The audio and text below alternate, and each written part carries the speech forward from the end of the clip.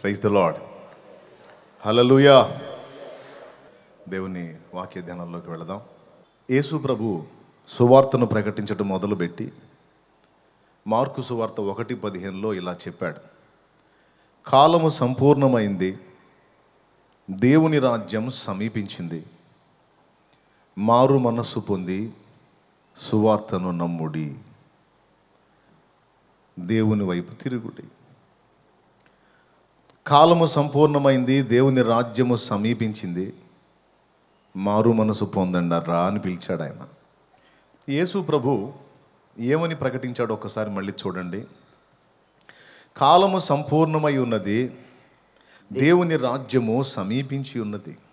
మారు మనస్సు పొంది సువార్తను నమ్ముడని చెప్పుచు దేవుని సువార్త ప్రకటించుచు గలిలయకు వచ్చాను. ఆ మాటని మీరు ఎప్పుడైనా ఆలోచించారా? కాలం సంపూర్ణమై ఉన్నది అన్నాడు, దేవుని రాజ్యము సమీపించింది అన్నాడు. అంటే ఇప్పుడు దేవుని రాజ్యం సమీపించటం ఏంటి? ఇందాక సాల్మోన్ అన్న పుస్తకం మీద పేరు చదువుతూ దేవుడు సర్వభూమికి రాజై ఉన్నాడు అని చదివాడు. బాగా వినండి, దేవుడు సర్వభూమికి రాజు. మీరు ప్రకటన గ్రంథం 1వ అధ్యాయం, ఒక్కసారి బైబిల్ ఉన్నవాళ్ళు ప్రకటన గ్రంథం 1వ అధ్యాయం తీసుకోండి. అక్కడ ఏమని రాస్తుందో చూడండి. 5వ వచనం చూడండి, 1:5.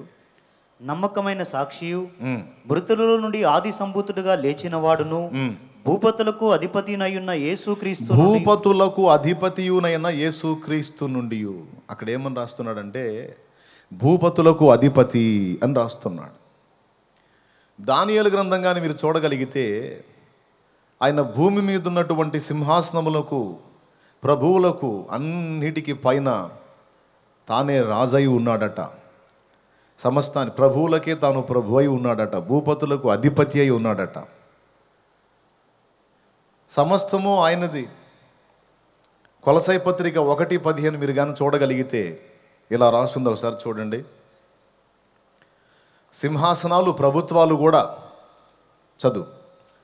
ఆయన అదృశ్య దేవుని స్వరూపి అయి సర్వ సృష్టికి ఆది సంభూతుడై ఉన్నాడు. ఎలయనగా ఆకాశమందున్నవియు భూమి యందున్నవియు దృశ్యమైనవి గాని అదృశ్యమైనవి గాని అవి సింహాసనములైనను, అదిగో అవి సింహాసనములైనను, ప్రభుత్వములైనను, ప్రధానులైనను, అధికారములైనను, సర్వమును ఆయన యందు సృజింపబడిను, సర్వమును ఆయన ద్వారాను ఆయన బట్టి సృజింపబడిను. దేవునికి స్తోత్రం కలుగునుగాక. సమస్తము ఆయన యందు, ఆయనను బట్టి, ఆయన ద్వారా. ఇప్పుడు చెప్పండి, అన్నిటికీ పైన ఎవరున్నారు? నోరు తెరిచి చెప్పండి. నోరేళ్ళ పెట్టి చూస్తారేమండి? చెప్పండి. అందరికీ అన్నిటికీ పైన ఎవరున్నారు? దేవుడే ఉన్నాడు. సర్వభూమికి ఆయనే రాజై ఉన్నాడు, సర్వ విశ్వానికి ఆయన రాజై ఉన్నాడు, చక్రవర్తి అయి ఉన్నాడు. మరి ఆయనే రాజై ఉన్నప్పుడు, చక్రవర్తి అయి ఉన్నప్పుడు, విశ్వానికే ప్రభు అయి ఉన్నప్పుడు, మళ్ళీ యేసు ప్రభు వారు క్రొత్తగా దేవుని రాజ్యము సమీపించింది అని వాడటం ఏమిటి? ఇక్కడ ప్రశ్న ఉంది. అన్నిటికీ తానే ప్రభు, మళ్ళా ఆయన రాజ్యము సమీపించింది అంటాడు. అంటే అంతకుముందు ఆయన రాజ్యం లేదా? ఇప్పుడు క్రొత్తగా చెప్తున్నాడు ఏంటి? కాలము సంపూర్ణమై ఉన్నది, దేవుని రాజ్యం ఇక సమీపించి ఉన్నది అన్నట్టు మాట్లాడుతున్నాడు. బాగా వినండి. యేసు ప్రభు ఈ మాట ఎక్కడ ప్రకటిస్తున్నాడంటే, దేవుడు సృష్టించినటువంటి విశ్వంలో కోటాను కోట్ల ప్రపంచాల్లో మరో ప్రపంచంలో ప్రకటించలేదు. ఆయన భూగ్రహం మీద ఈ మాట పలికాడు. భూమిని ఆయన నరులకిచ్చి ఉన్నాడు అని రాయబడి ఉంది. ఈ భూగ్రహానికి పునాది వేసింది తానే. ఉదయ నక్షత్రములు ఏకముగా కూడి పాడినప్పుడు, దేవదూతలందరూ ఆనందించి జయధ్వనులు చేసినప్పుడు దానికి మూలరాతిని వేసినవాడు ప్రభువే. ఏబు గ్రంథము 38:7 ఈ మాటే ఉంటుంది, నాకు వెళ్ళి చూడండి. అక్కడ చెప్పాడు, భూమికి పునాది వేసినవాడు, మూలరాతిని స్థాపించినవాడు ఆయనేనట. సామెతల గ్రంథం 8 కానీ మీరు ఇంటికి వెళ్ళి చూడగలిగితే, ఇక్కడ కాదు ఇంటికి వెళ్ళి జస్ట్ ఉంది రిఫరెన్స్ రాసుకోండి. జ్ఞానము అని తను తాను బయలుపరుచుకుంటూ, జ్ఞానము అని తన పేరు చెప్పుకుంటూ, సమస్తమును తండ్రి అయిన దేవుడు నిర్మించ సంకల్పించినప్పుడు ఆయన యొద్ద ప్రధాన శిల్పిగా ఈయన ఉన్నాడట. కలిగినది ఏది ఆయన లేకుండా కలగలేదట. ఎవరు లేకుండా? ప్రభువు లేకుండా, యేసయ్య లేకుండా. హెబ్రీ పత్రిక 1:2 వచనాలు చెప్పేది ఏంటంటే, ఆయన తన కుమారుని ద్వారా ప్రపంచములను నిర్మించెను. తండ్రి అయిన దేవుడు విశ్వ నిర్మాణానికి పూనుకున్నప్పుడు, చరాచర జగత్తును నిర్మించాలని తండ్రి సంకల్పించినప్పుడు, తనలో ఉన్నటువంటి అద్వితీయ జనితైక కుమారుణ్ణి తన నోట నుండి వెలుపలికి రప్పించాడు. తనలో ఉన్న ఆ జనితైక కుమారుని, ఆయన నోట నుండి పుట్టినవాడు తండ్రి అయిన దేవుని వాక్కు. ఆది యందు వాక్యముండెను, వాక్యము దేవుని యొద్ద ఉండెను, వాక్యము దేవుడై ఉండెను. 14వ వచనం యోహాను సువార్త 1:14. ఆ వాక్యము శరీరధారి అయి కృపా సత్య సంపూర్ణుడుగా మన మధ్య నివసించనన్నాడు. ఈ చరాచర జగత్తు ఏది నిర్మించక మునుపు తండ్రి, కుమార, పరిశుద్ధాత్మ ముగ్గురు ప్రత్యేకమైన వ్యక్తులైనప్పటికీ అభిప్రాయములోను, ఆలోచనలోను, వ్యవహారములోను, ప్రవర్తనలోను సమస్తములో ఏకత్వం ఉన్నందున ముగ్గురు వేరువేరు వ్యక్తులైనప్పటికీ ముగ్గురు దేవుళ్ళు అని లేఖనం చెప్పలేదు. దేవుడు ఒక్కడే అని చెప్పింది. దేవునికి స్తోత్రం కలుగును గాక. హల్లెలూయా. ఎందుకు? అభిప్రాయంలో కానీ, ఆలోచనలో కానీ, వ్యవహారంలో కానీ, ప్రవర్తనలో కానీ ఎక్కడ కూడా వేరియేషన్ లేదు, వైరుధ్యం లేదు. అన్నిటిలోనూ ఏకత్వమే. కనుక ఇక ముగ్గురున్నా, 30 మంది ఉన్నా, 300 మంది ఉన్నా, 3 కోట్ల మంది ఉన్నా, 3 లక్షల కోట్లు ఉన్నా సరే ఒక్కడితో సమానమే. అందుకే దేవుడు ఒక్కడే అని చెప్పింది పరిశుద్ధ గ్రంథం. వాస్తవంగా దేవుడు ఒక్కడే. కానీ ఆ ఒక్క దేవుల్లో నేను నేను నేను అనే స్వయం స్పృహ కేంద్రాలు కోటాను కోట్లు ఉన్నాయని మీరు ఊహించగలరా? కానీ నిజంగా ఉన్నాయి. ఉదాహరణకి ఉదయం 10 గంటలకి ఓ తమ్ముడు ఎగ్జామ్ హాల్లోకి వెళ్తున్నాడు ఎగ్జామ్ రాయటానికి.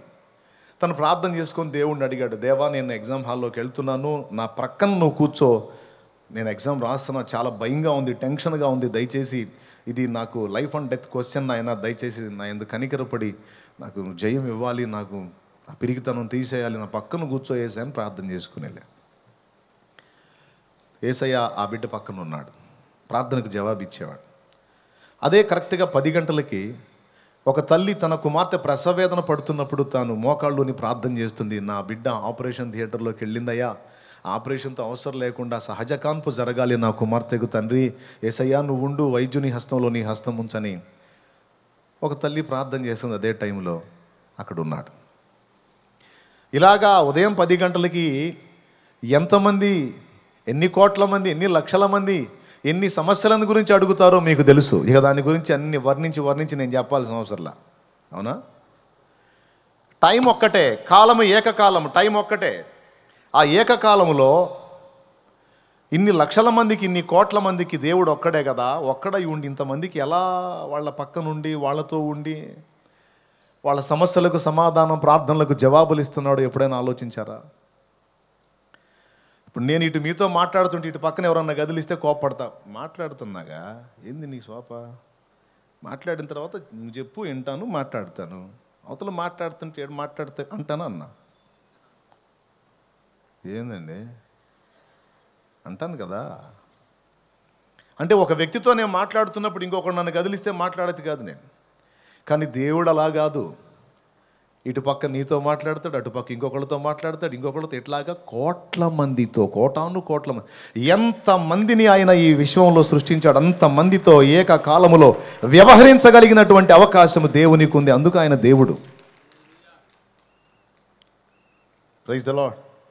ఒక పక్క మనతో ఇట్లా వ్యవహరిస్తానే మళ్ళీ సముద్రంలో ఉన్నటువంటి చేపకు ఆహారం పెడతాడు. ఎన్ని చేప పిల్లలు ఉన్నాయో అన్ని చేప పిల్లలకి మేత అందిస్తాడు ఆయన. అదే సమయంలో అరచే పిల్ల కాకులు ఉంటాయి, తల్లి గూట్లో వదిలిపెట్టి వెళ్ళింది, కేరమని అరుస్తూ ఉంటే అరచు పిల్ల కాకులకు ఆహారం పెట్టినట్లు తల్లి కాకి మేత అందిస్తాడు. నువ్వు తిను, నీ పిల్లకి పెట్టుకోపో అని. నేను చెప్పలా, బైబిల్లో ఉంది. ఎన్ని ప్రాణులనైతే ఆయన భూమి మీద పుట్టించాడు, అన్ని ప్రాణులతో పర్సనల్గా వ్యవహరించడం దేవునికి సాధ్యం. అసలు ఆయనకున్నటువంటి అనుకూలత, ఆయనకున్నటువంటి సామర్థ్యత, ఆయనకున్నటువంటి ప్రభావాన్ని వర్ణించబూనుకుంటే ఈ రాత్రి తెల్లవారే వరకు చెప్పినా సరే ఒగదెగదది. అంత వింతైన సంగతులు ఉన్నాయి దేవుని విషయాలు. మళ్ళీ దేవుని వాక్యం చెప్తుంది, కోట్ల మందికి సమాధానం చెప్తాడు, కానీ దేవుడు ఒక్కడే అంటుంది వాక్యం. అంటే ఎవరికి వాళ్ళకి మళ్ళా పర్సనల్గా. యేసయ్య ఏం బిజీగాడు. నువ్వు మోకాళ్ళలోని ప్రభువా నాకు సమాధానం చెప్పంటే ఉండవమ్మా, తల ఓ పక్కన తగిలి గందరగోళం చేస్తూ ఉన్నారు. నీదొక షాప్ అయిపోయింది, కాస్త మౌనంగా ఉండు, తర్వాత వీళ్ళందరూ డీల్ చేసి వస్తాను అనేది లేదు. ఇంకా వింతైన విషయం చెప్పాలంటే, పొద్దునే లేచి ఒక్కొక్క ఆమె చీపురు కట్టబట్టుద్ది, ఊడిసిన తర్వాత ప్రార్థన చేద్దాంలే అని. పొద్దున్నే లేచి ఒక్కొక్క ఆయన బ్రష్ పడతాడు, తోమిన తర్వాత చేద్దాంలే మరి పాసిమోకాను ఎందుకని. నువ్వు ఏ జామున లేచినా, ఏ టైంలో లేచినా, నువ్వు లేవకుండా నిద్రపోతున్నా, ఎనీ టైం, సూర్యోదయం మొదలుకొని సూర్యాస్తమయం వరకు, సూర్యాస్తమయం మొదలుకొని మళ్ళీ సూర్యోదయం వరకు పర్సనల్గా ఆయన నిన్ను గమనిస్తానే ఉంటాడు. ఆయన ఎనీ టైం. ఇది వాస్తవం. నువ్వు నమ్మకపో, ఇది నిజం. అలా నిన్ను అబ్జర్వ్ చేయకపోతే, అలా నిన్ను గమనించకపోతే నీతో దేవుడు వ్యవహరించలేడు, నీ కథలు తెలుసుకోలేడు, నీ కష్టాలు తెలుసుకోలేడు, నీకు తరుణోపాయాలు చెప్పలేడు, తగిన విధంగా నీ విషయంలో స్పందించలేడు. నీకన్నా దేవుణ్ణి కలుసుకోవడానికి అవకాశం దొరకదేమో బిజీ లైఫ్ను బట్టి. ఎప్పుడో ఒకసారి నువ్వు దేవుణ్ణి గుర్తు చేసుకొని ఓ యేసయ్య అంటావేమో, కానీ ఆయన మాత్రం ఎనీ టైం నిన్ను జ్ఞాపకంలో పెట్టుకున్నాడు. ఒక మాటలో చెప్పాలంటే ఆయన నిన్ను మరువజాలను అన్నాడు. వాస్తవమే కది, లేఖన సత్యమేగా. సియోను కుమారి, యెహోవా నన్ను మరచి ఉన్నాడని అనుకొనుచున్నది. స్త్రీ తన చంటి పిల్లను మరచునా? తన గర్భమున పుట్టిన పసిపిల్లను కరుణింపక మానునా? వారైనా మరచుదురేమో కానీ నేను నిన్ను మరువజాలను అన్నాడు. సియోను కుమారి అని ఒక పెద్ద వ్యక్తిని గురించి మాట్లాడినట్లు మాట్లాడుతూ స్త్రీ తన చంటి పిల్లను మరచునా అన్నాడు. అట్లా కాదు కదా. సియోను కుమారి అన్నప్పుడు పెద్దావిడితో నువ్వు మాట్లాడుతున్నప్పుడు తల్లి తన కూతుర్ని మరిచిపోయిద్దా అనాలి. స్త్రీ తన చంటి పిల్లను అని ఎదిగినటువంటి వ్యక్తులను చంటి పిల్లలతో పోల్చి మాట్లాడుతున్నాడు. చంటి పిల్లల్ని నడిపిస్తామా, చంకనెత్తుకుంటామా? చంకనెత్తుకుంటాం. చంటి పిల్ల ఎడ నడుస్తుంది? స్తోత్రం చెప్పండి. అంటే మనల్ని ఆయన ఎలా చూస్తున్నాడో తెలుసా? ఇది పచ్చి నిజం. కావాలంటే యెషయా గ్రంథం 46 ఏమండి 40 అది ఓకే, అది అయిపోయింది, చదివాం. ఇప్పుడు యెషయా గ్రంథం 46:4 చదివితే సరిపోద్ది ఇప్పుడు నేను చెప్పేదానికి. అక్కడ చూడు, ముదిమి వచ్చే వరకు నిన్ను ఎత్తుకున్నవాడును నేనే, తల వెంట్రుకలు నెరయి వరకు నేను ఎత్తుకున్నవాడును నేనే, నేనే చేసి ఉన్నాను, చంక పెట్టుకున్నవాడును నేనే, అబ్బా నిన్ను ఎత్తుకొనుచు రక్షించువాడును నేనే. ఏమయ్యా, ఏ వయసు వరకు? ముదిమి వచ్చు వరకు. ముదిమంటే తెలుసమ్మా మీకు? ముదిమంటే కొంతమంది తెలియదని మళ్ళీ కింద క్లారిటీ ఇచ్చాడు, తల వెంట్రుకలు నెరయు వరకు అని. నిండు ముసలమ్మ లేదా పండు ముసలమ్మని ఎవరైనా ఎత్తుకుంటారా? నా బుజ్జి కన్నా దా తల్లి అని. దేవునికి స్తోత్రం. ముసలయ్యని ఎవరైనా ఎత్తుకుంటారా? పెద్ద ఆయన దా ఎత్తుకుంటుందా? మా బుజ్జి కదా, మా కన్న కదా అని అంటారా? ఒకవేళ నువ్వు ఎత్తుకుందామని చేతులు చేపినా నన్ను నవ్వుకుంటా పోతాడు, పోరా తిక్కలోడు, నన్ను ఎత్తుకునేది ఏందిరా నువ్వు. స్తోత్రం. అమ్మమ్మ రావే నేను ఎత్తుకుంటాను, మా బుజ్జి కాదు అంటే ఎగదేగ చూసి నవ్వి ఏమరా నీకేం పిచ్చి పిచ్చిగా ఉందనుకుంటా పోయిద్ది. స్తోత్రం. ఎందుకు? సాధ్యం కాదు. ఎందుకంటే అమ్మమ్మ మన అమ్మనే ఎత్తుకొని తిరిగింది, మనల్ని కూడా ఎత్తుకొని తిరిగింది, మనం ఆమెను ఎత్తుకునేది ఏంది? తాతయ్య ఉన్నాడు, తాతయ్య ఎత్తుకుంటా రావే తాతయ్య అంటే ఒరే మీ అయ్యను ఎత్తుకున్నాను, నిన్ను ఎత్తుకున్నాను, నువ్వు నన్ను ఎత్తుకునేది పోరా పిచ్చోడా అంటాడు. కానీ ఒక ఆయన ఉన్నాడు, ఆయన తాతయ్యని అమ్మమ్మను కూడా ఎత్తుకుంటాడంట. ఎవరిని? తాతయ్యని, అమ్మమ్మని, నాయనమ్మను కూడా చంకబెట్టు. నేను చెప్పానా ఆడుందా? ఏ వయసు వరకు? ముసలితనం వచ్చేంత వరకు నిన్ను ఎత్తుకొనొచ్చు రక్షించువాడను. ఎందుకు అంటే నేనే నిన్ను చేసి ఉన్నాను, నిన్ను చంకపెట్టుకుని వాడను, నిన్ను ఎత్తుకొనొచ్చు రక్షించువాడను నేనే అన్నాడు. కాబట్టి మనందరినీ నిర్మించిన నిర్మాణకుడు ఆయన. ఆయన ఒక క్షణం కూడా నిన్ను నన్ను మరువజాలడు. ఈరోజు యేసు ప్రభువుని నమ్ముకున్నావని ఈరోజు నిన్ను గుర్తించడం కాదు. అక్కాయ్ విను, ఈరోజు యేసు ప్రభువుని నమ్ముకున్నావని ఈరోజు నిన్ను నిరంతరం కనిపెట్టడం కాదు. అన్నాయ్, నువ్వు ఇప్పుడు నమ్ముకున్నావు అనుకో, నువ్వు నమ్ముకోక మునుపు లోకంలో ఉన్నప్పుడు సైతం తల్లి గర్భాన్న పిండముగా నువ్వు ఏర్పడినది మొదలుకొని నువ్వు జీవము గల దేవుణ్ణి ఎరగక వ్యర్థమైన వాటి చుట్టూ తిరిగి వ్యర్థమైన కార్యకలాపాల్లో మునిగి ఆయనను ఏమాత్రం ఎరుగని పట్టించుకునే స్థితిలో ఉన్నప్పుడు సైతం ఆయన నిన్ను మర్చిపోలేదు. ఆయన నిన్ను ప్రేమిస్తూనే ఉన్నాడు, వెంటాడుతానే ఉన్నాడు, కాపాడుతానే ఉన్నాడు, అన్నం పెడతానే ఉన్నాడు, వస్త్రం ఇస్తానే ఉన్నాడు, రోగాలను బాగు చేస్తానే ఉన్నాడు, యాక్సిడెంట్ల నుంచి కాపాడుతానే ఉన్నాడు. చాలామందికి కరెంటు పట్టుకుంది, ఆ దెబ్బలో అయిపోవాల్సింది. నాకు కూడా పట్టుకుంది, మరి బతికాను. ఎవరు తప్పించారు? ఆయనే. యాక్సిడెంట్స్లో పోవాల్సిందే, బతికాను. ఎట్లా? తెలివిగా తప్పించుకున్నానా? లేదు, ఆయనే తప్పించాడు. ఎన్నో మరణకరమైన అపాయములు చుట్టినప్పటికీ కూడా ఏది అంటకుండా అద్భుతంగా సేవ్ చేసుకుని ఈ రోజు వరకు నిన్ను నన్ను మరచిపోకుండా అనుక్షణం. లేకపోతే యాక్సిడెంట్ హైదరాబాద్ చార్మినార్ ఎదురుగా ఒక చౌరస్తా ఉంది. కరెక్ట్గా పోయే బస్సు దిగడం చేత కాదు, వయసు 13 ఏళ్ళు. ఎగిరి దూకా బస్సులోంచి, బోర్ల పడ్డా. చౌరస్తా 4 రోడ్ల కూడలు అది దాటిన తర్వాత ఇక చార్మినార్ వస్తుంది. ఆ చౌరస్తాలో బోర్ల పడ్డా, ఆటో వచ్చి నా డొక్క దగ్గర ఆగింది. ఎట్లా సాధ్యం? ఒక క్షణమైనా నీవు మరచిన నే బ్రతుకగలనా యేసయ్యా, కొనుకిన నిద్రించిన నా గతి ఏమౌను మెస్సయ్యా. ఒక క్షణమైనా నీవు మరచిన నే బ్రతుకగలనా యేసయ్యా, కొనికిన నిద్రించిన నా గతి ఏమౌను మెస్సయ్యా. ఒక క్షణమైనా నీవు మరచిన నే బ్రతుకగలనా యేసయ్యా, కొనికిన నిద్రించిన నా గతి ఏమౌను మెస్సయ్యా. ఈరోజు యేసుప్రభు నమ్ముకున్నామని కాదు, యేసుప్రభు నమ్ముకోక ముందు కూడా ఎన్నో గండాలు తప్పించుకున్నానన్నా అన్నోళ్ళు చేతులు ఎత్తండి. ఇట్లా కాదు, ఇట్టడి ఊరికి కనపడిద్ది. ఇట్లా లేదు, 2 చేతులు ఎత్తండి, ప్రాబ్లం లేదు. నేను ఎన్నో గండాల్లోంచి కాపాడబడ్డాను, డౌట్ లేదుగా. వీళ్ళు ఎత్తారు, నేను చేతులు తబలాలు కొట్టేవాళ్ళు. నిన్ను కాపాడలేదురా, చేయత్తవేనా? ఎటు చూస్తున్నా? దేవునికి స్తోత్రం. ఖచ్చితంగా ఒప్పుకొని తీరాల్సిందే, లేకపోతే అసలు ఇప్పుడు దాకనా ఎప్పుడో పెట్టా, లేకపోతే పాడావు, అన్నీ అయిపోయి కథలు అయిపోయి, ఎముకలు కూడా సగం పడి అయిపోయాయి, చర్మము మాంసం అన్నీ పోయి, కానీ బతికాము. ఎట్లా? తల్లి గర్భాన పడినది మొదలుకొని ఈ గడియ వరకు నిరంతరం కంటి పాపలా కాస్తానే ఉన్నాడు. నా డౌట్ ఏంటంటే, ఒక్కడే కదా దేవుడు, అసలు ఇంతమందిని అనుక్షణం ఎలా ప్రొటెక్ట్ చేయగలుగుతున్నాడు? అది ఆయన గొప్పతనం. ఏమండి, ఇప్పుడు ఇంతమందికి ఎలా కనెక్ట్ అయ్యాడు? అసలు ఇంతమందిని ఎలా మానిటరింగ్ చేయగలుగుతున్నాడు కదా?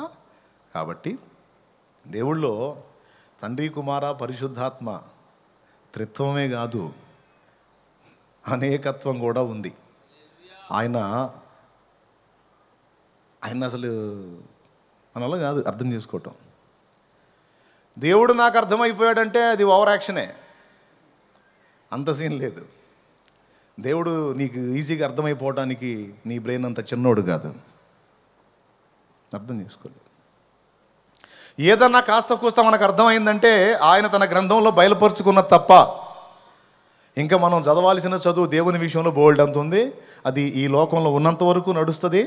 పోయిన తర్వాత కూడా ఇంకా సబ్జెక్ట్ కొనసాగుతూనే ఉంటుంది. అది ఆగిపోయే సబ్జెక్టు కాదు.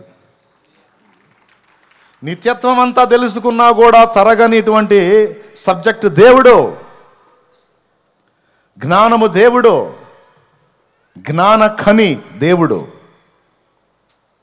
నిత్యత్వం అంతా కూడా ఆయన చదివినా సరే అర్థం కాదు. మరి అది మైండ్ పోయిద్ది ఆయన గురించి ఆలోచిస్తే. ఈరోజు ఎంతమంది మానవ జాతి వచ్చిందో రేపు అంతము వరకు భూమి వినాశనం అయ్యేంత వరకు కూడా ఎంతమంది మనుషులు ఉత్పత్తి అవుతారో ఈ మనుష్య జాతి మొత్తాన్ని ఆనాడు ఆదాములోనే పొందుపరిచాడట. అర్థం చేసుకునే దమ్ము ఉంటే చూసుకో మరి, నీ వల్ల అయితే. అర్థం చేసుకునే దమ్ము ఉంటే ట్రై చేయి మరి. మెంటలెక్కకపోతే నన్ను అడుగు. దేవునికి స్తోత్రం. ఆదాములోనే సెట్ చేసేసాడు మొత్తాన్ని. నేను చెప్పానా? లేఖనమే చెప్పింది హెబ్రీ పత్రిక. అబ్రహాం కొడుకు ఇస్సాకు, ఇస్సాకు కొడుకు యాకోబు, యాకోబు కొడుకు లేవి. 12 కొడుకుల్లో ఒకడు లేవి. అబ్రహాము షాలేము రాజు అనబడిన మెల్కీసెదెక్కి దశమ భాగం ఇచ్చినప్పుడు ఆయన రొట్టె ద్రాక్షరసం ఇస్తాడని ఆదికాండంలో మనం చదువుకున్నాం కదా. ఆయన అబ్రహామును ఎదుర్కొన్నప్పుడు, ఆ షాలేము రాజు ఎదుర్కొన్నప్పుడు, ఆ మెల్కీసెదెక్ ఎదుర్కొన్నప్పుడు అబ్రహాము తనకు దేవుడిచ్చిన దానిలో నుండి 10వ భాగం ఆయనకి ఇచ్చేటప్పుడు లేవి తన పితరుని గర్భములో ఉండెనని హెబ్రీ పత్రిక సాక్ష్యం ఇచ్చింది. లేవి ఎక్కడున్నాడట? పితరుని గర్భంలో ఉన్నాడట. ఎట్లా ఎట్లా విచిత్రం ఏంటంటే అప్పటికి ఇష్మాయేలు కూడా పుట్టల, కనీసం ఇసాకు పుట్టల, అబ్రహాంకి అసలు ఒక్క సంతానం కూడా లేదు. కానీ దేవుని వాక్యం సెలవిస్తుంది లేవి తన పితరుని గర్భములో ఉండెను అని. చూస్తారా వచనం? హెబ్రీ పత్రిక 7:10. ఇలాగనగా మెల్కీసెదెకు అతని పితరుని కలుసుకొనినప్పుడు లేవి తన పితరుని గర్భములో ఉండెను. ఆ మాటను గురించి ఎప్పుడన్నా ఆలోచించారా? అంటే ఇప్పుడు అబ్రహాము గర్భంలో ఇస్సాకు ఒక బీజగణంగా ఉంటే, ఇస్సాకులో యాకోబు ఇంకొక బీజగణంగా ఉంటే, ఆ యాకోబులో లేవి ఒక బీజగణంగా ఉంటే, మొత్తం ఇస్సాకే ఒక చిన్న పరమాణువు కంటే తక్కువ పరిమాణంలో ఉంటే, ఆ పరిమాణంలో ఉన్నటువంటి ఇస్సాకు అబ్రహాములో ఉంటే, మరి ఆ చిన్న పరమాణువు కంటే కూడా చిన్నగా ఉన్నటువంటి ఆ కణజాలంలో, ఆ కణంలో లేవి ఎట్లున్నాడండి? అణువు కంటే కూడా చిన్నది. ఎట్లా సాధ్యం? కానీ లేవి తన పితరుని గర్భములో ఉండేనని రాయబడి ఉంది. దీన్ని బట్టి ఆలోచించండి. అబ్రహాము అలా ఉండగానే అబ్రహాములో నుంచి ఇస్సాకు ఇంకా రాకమునిపే యాకోబు, ఇస్సాకులోంచి యాకోబు రాకమునిపే యాకోబులోంచి లేవి రాకమునిపే మొత్తం కలిసి అబ్రహాములోనే ఉన్నారట. అంటే ఎలా ఉండుంటాడు ఒకసారి ఊహించండి. ఇప్పుడు దాన్ని బట్టి చెప్పాను అన్నమాట. యావత్ మానవ జాతి మొత్తాన్ని కూడా ఆదాములోనే సెట్ చేశాడు. ఎట్లా సాధ్యం అంటే మరి అబ్రహాంకి ఎట్లా సాధ్యమైంది అట్లనే సాధ్యమని చెబుతాను నీకు ఆన్సర్. మరి ఇప్పుడు అర్థం చేసుకో దేవుణ్ణి, పరిశోధన చేయి దేవుణ్ణి, నీకు అర్థమైతే ఒట్టు. అంత సౌకర్యం ఉంది ఆయనకి. కాబట్టి ఇప్పుడు దైవ త్రిత్వాన్ని గురించి మాట్లాడుతూ ఇటు వచ్చాను. ఆయనలో తండ్రి, కుమార, పరిశుద్ధాత్మ 3 వ్యక్తులుగా ఆయన ఉన్నాడు. అయినప్పటికీ అభిప్రాయంలో, ఆలోచనలో, వ్యవహారంలో, ప్రవర్తనలో సమస్తంలో ఏకత్వం ఉన్నందున దేవుళ్ళు 3 అనక దేవుడు ఒక్కడే అన్నది వాక్యం. కాబట్టి ఆ ఒక్క దేవునిలో కుమారుడు వాక్కుగా తండ్రి లోపల ఉన్నాడు. ఒకానొక ఘట్టం వచ్చింది. ఆ ఘట్టములో దేవుడు విశ్వ నిర్మాణానికి పూనుకున్నాడు. అలా పూనుకున్నప్పుడు ఆయన నోరు తెరచి తనలో ఉన్న కుమారుని వెలుపలికి రప్పించి అన్నాడు, నీవు నా కుమారుడవు, నేడు నేను నిన్ను కనియున్నాను. కీర్తనల గ్రంథము 2 కీర్తన. హెబ్రీ పత్రిక కూడా ఇందుకు సాక్ష్యం ఇస్తుంది. 1వ అధ్యాయం 2 కీర్తనలోను, హెబ్రీ పత్రిక 1లోను ఈ మాటలు ఉన్నాయి. ఒక చోటేమో నీవు నా కుమారుడవు, నేను నిన్ను కనియున్నాను అంటాడు.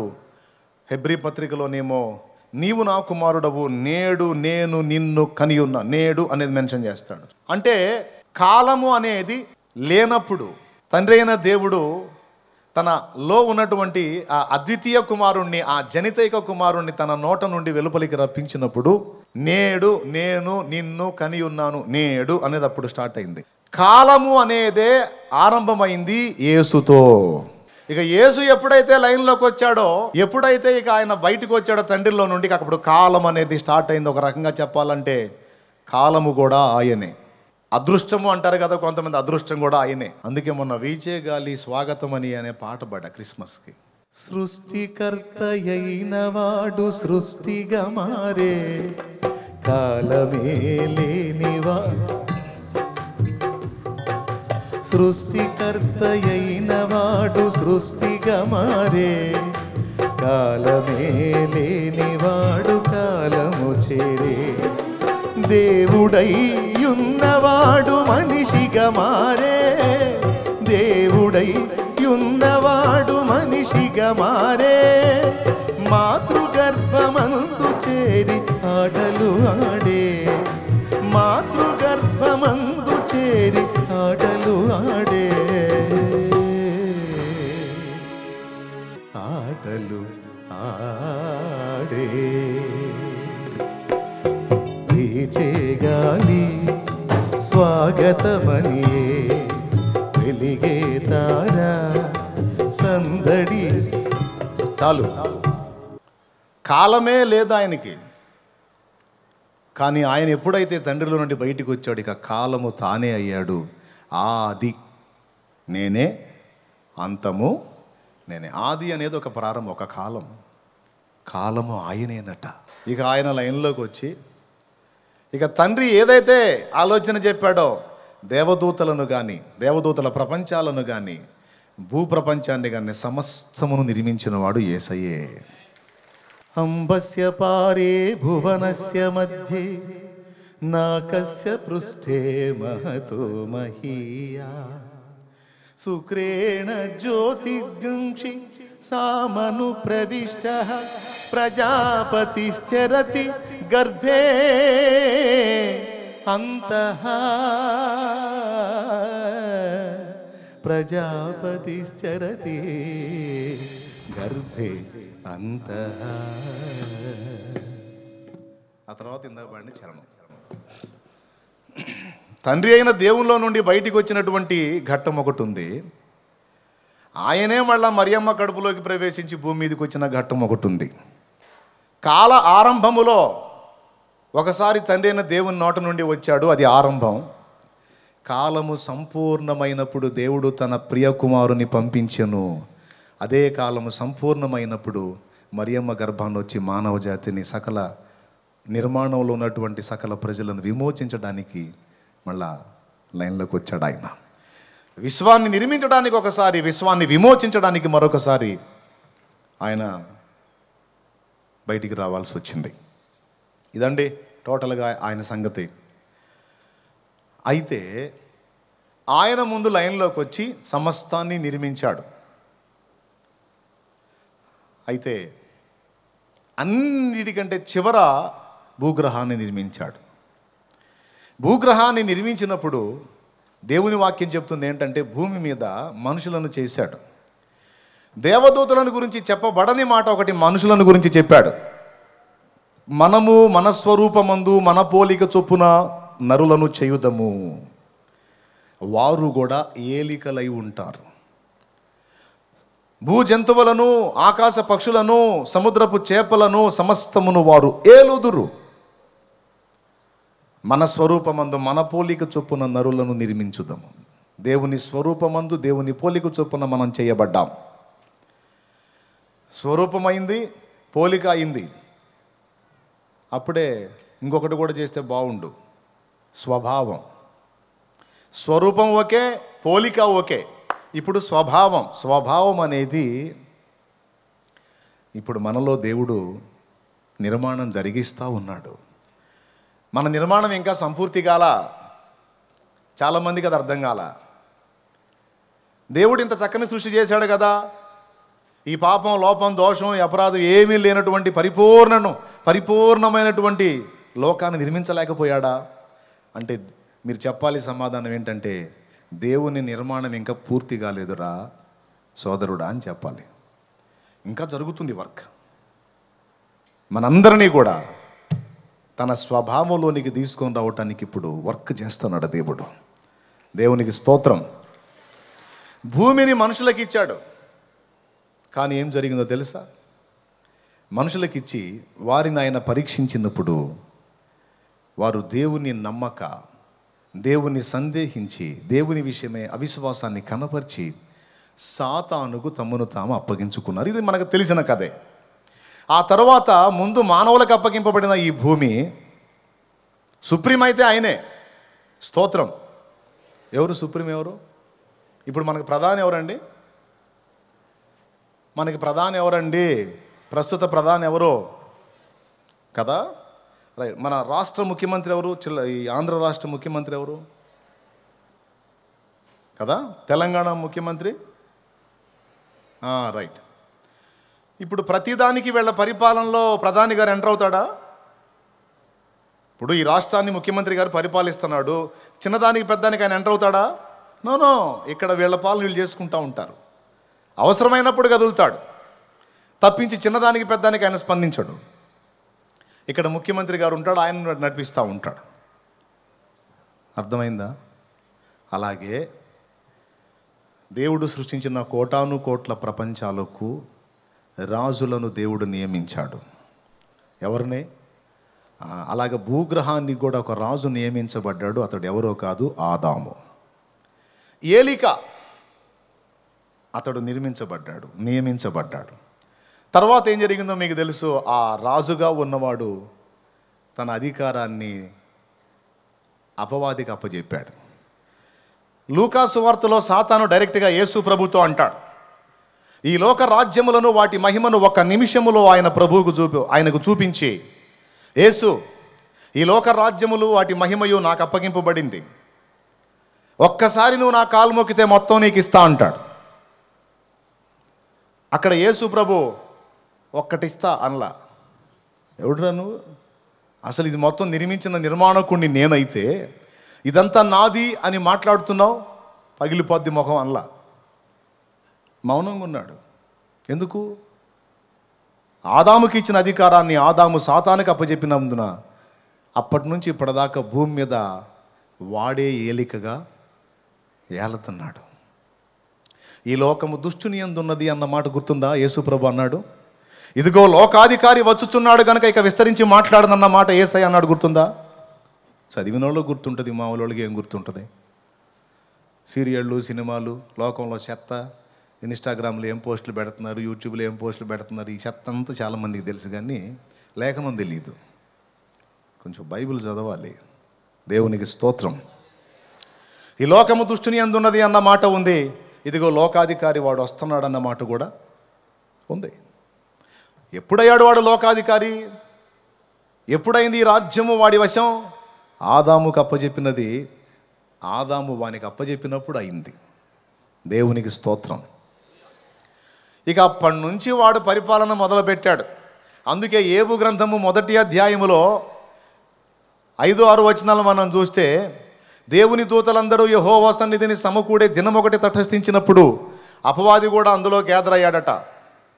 నువ్వు ఎక్కడి నుంచి వచ్చావని దేవుడు అడిగితే, నేను భూమి మీద ఇటు అటు తిరుగుతూ వచ్చి తిని. దేవదూతలందరూ వచ్చారు అక్కడికి, అంటే అంతకుముందు అక్కడ లేరని అర్థం. ఆ రోజు అక్కడికి గ్యాదర్ అయ్యారు అంటే అంతకుముందు అక్కడ లేరు, వాళ్ళ ప్రపంచాల్లో వాళ్ళు ఉన్నారు. ఈ అపవాది సైతాన్ అనేవాడు కూడా అక్కడ లేడు. ఎక్కడున్నాడు? భూమి మీద ఉన్నాడట.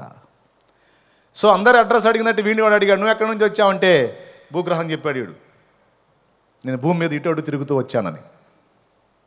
అంటే ఇప్పుడు భూమి మీద ఎవరు ఏలుబడి? ఎవరు ఏలుబడి? ఎప్పుడు అప్పగించబడింది వాడికి? ఆదాము దగ్గర అప్పగించాడు. అప్పటి నుంచి ఇప్పటిదాకా మనుష్యులు మొత్తాన్ని కూడా పుట్టింది మొదలుకొని చెరగొడతానే ఉన్నాడు.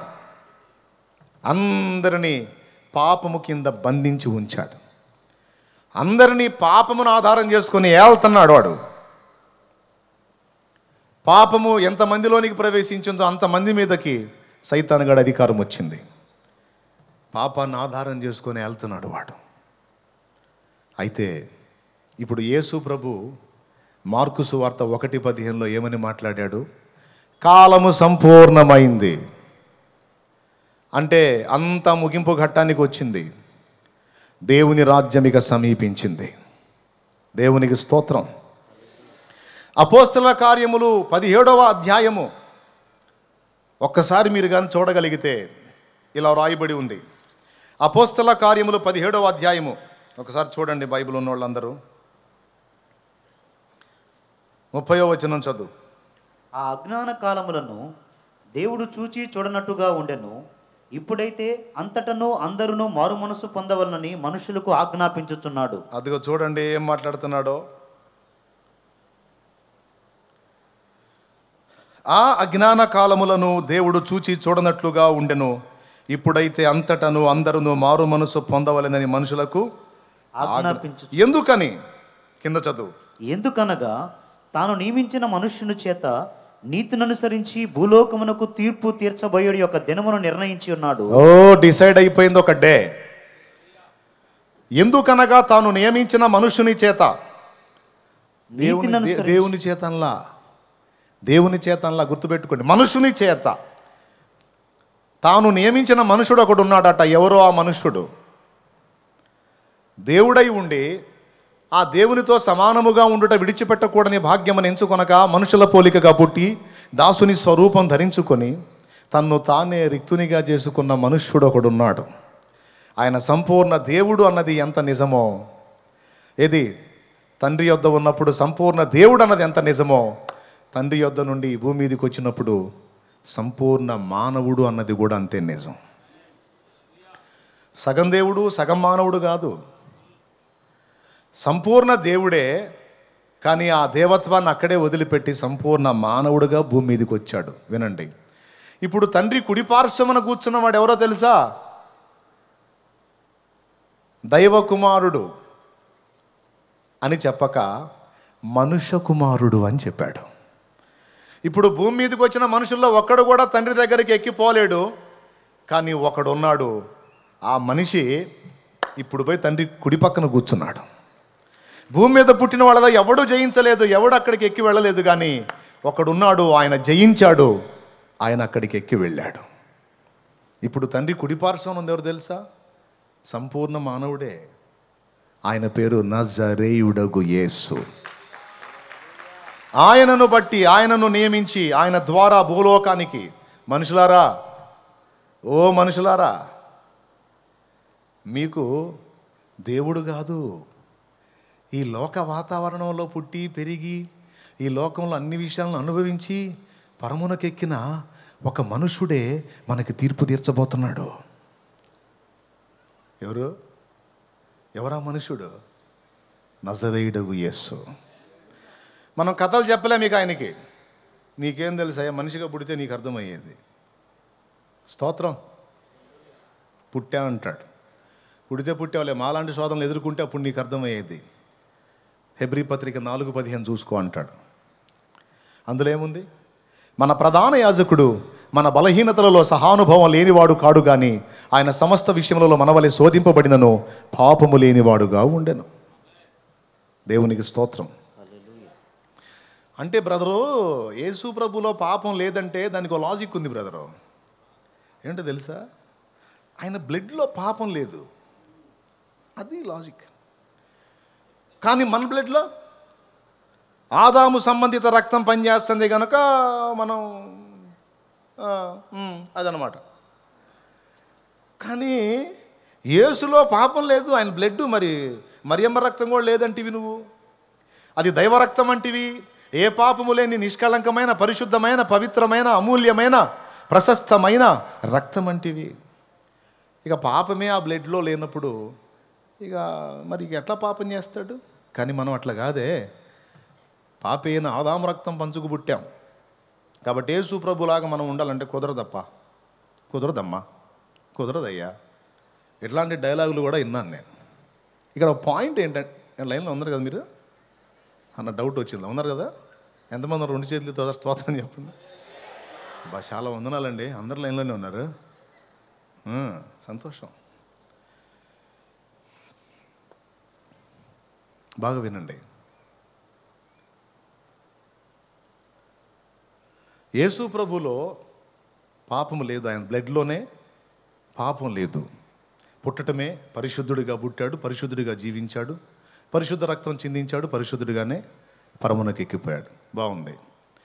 అంటే బ్లడ్లో పాపం లేనప్పుడు ఇక పాపం చేసే ఛాన్స్ లేదా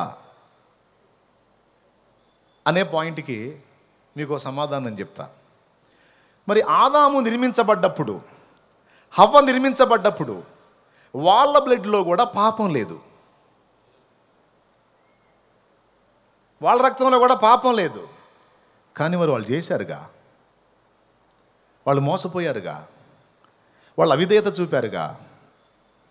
మొదటి ఆదాము పరిశుద్ధ రక్తంతో వచ్చిన అపవాది మోసానికి లొంగి పాపం తెచ్చుకున్నాడు గనుక కడపటి ఆదాము మొదటి ఆదాములాగానే పరిశుద్ధ రక్తంతో వచ్చాడు.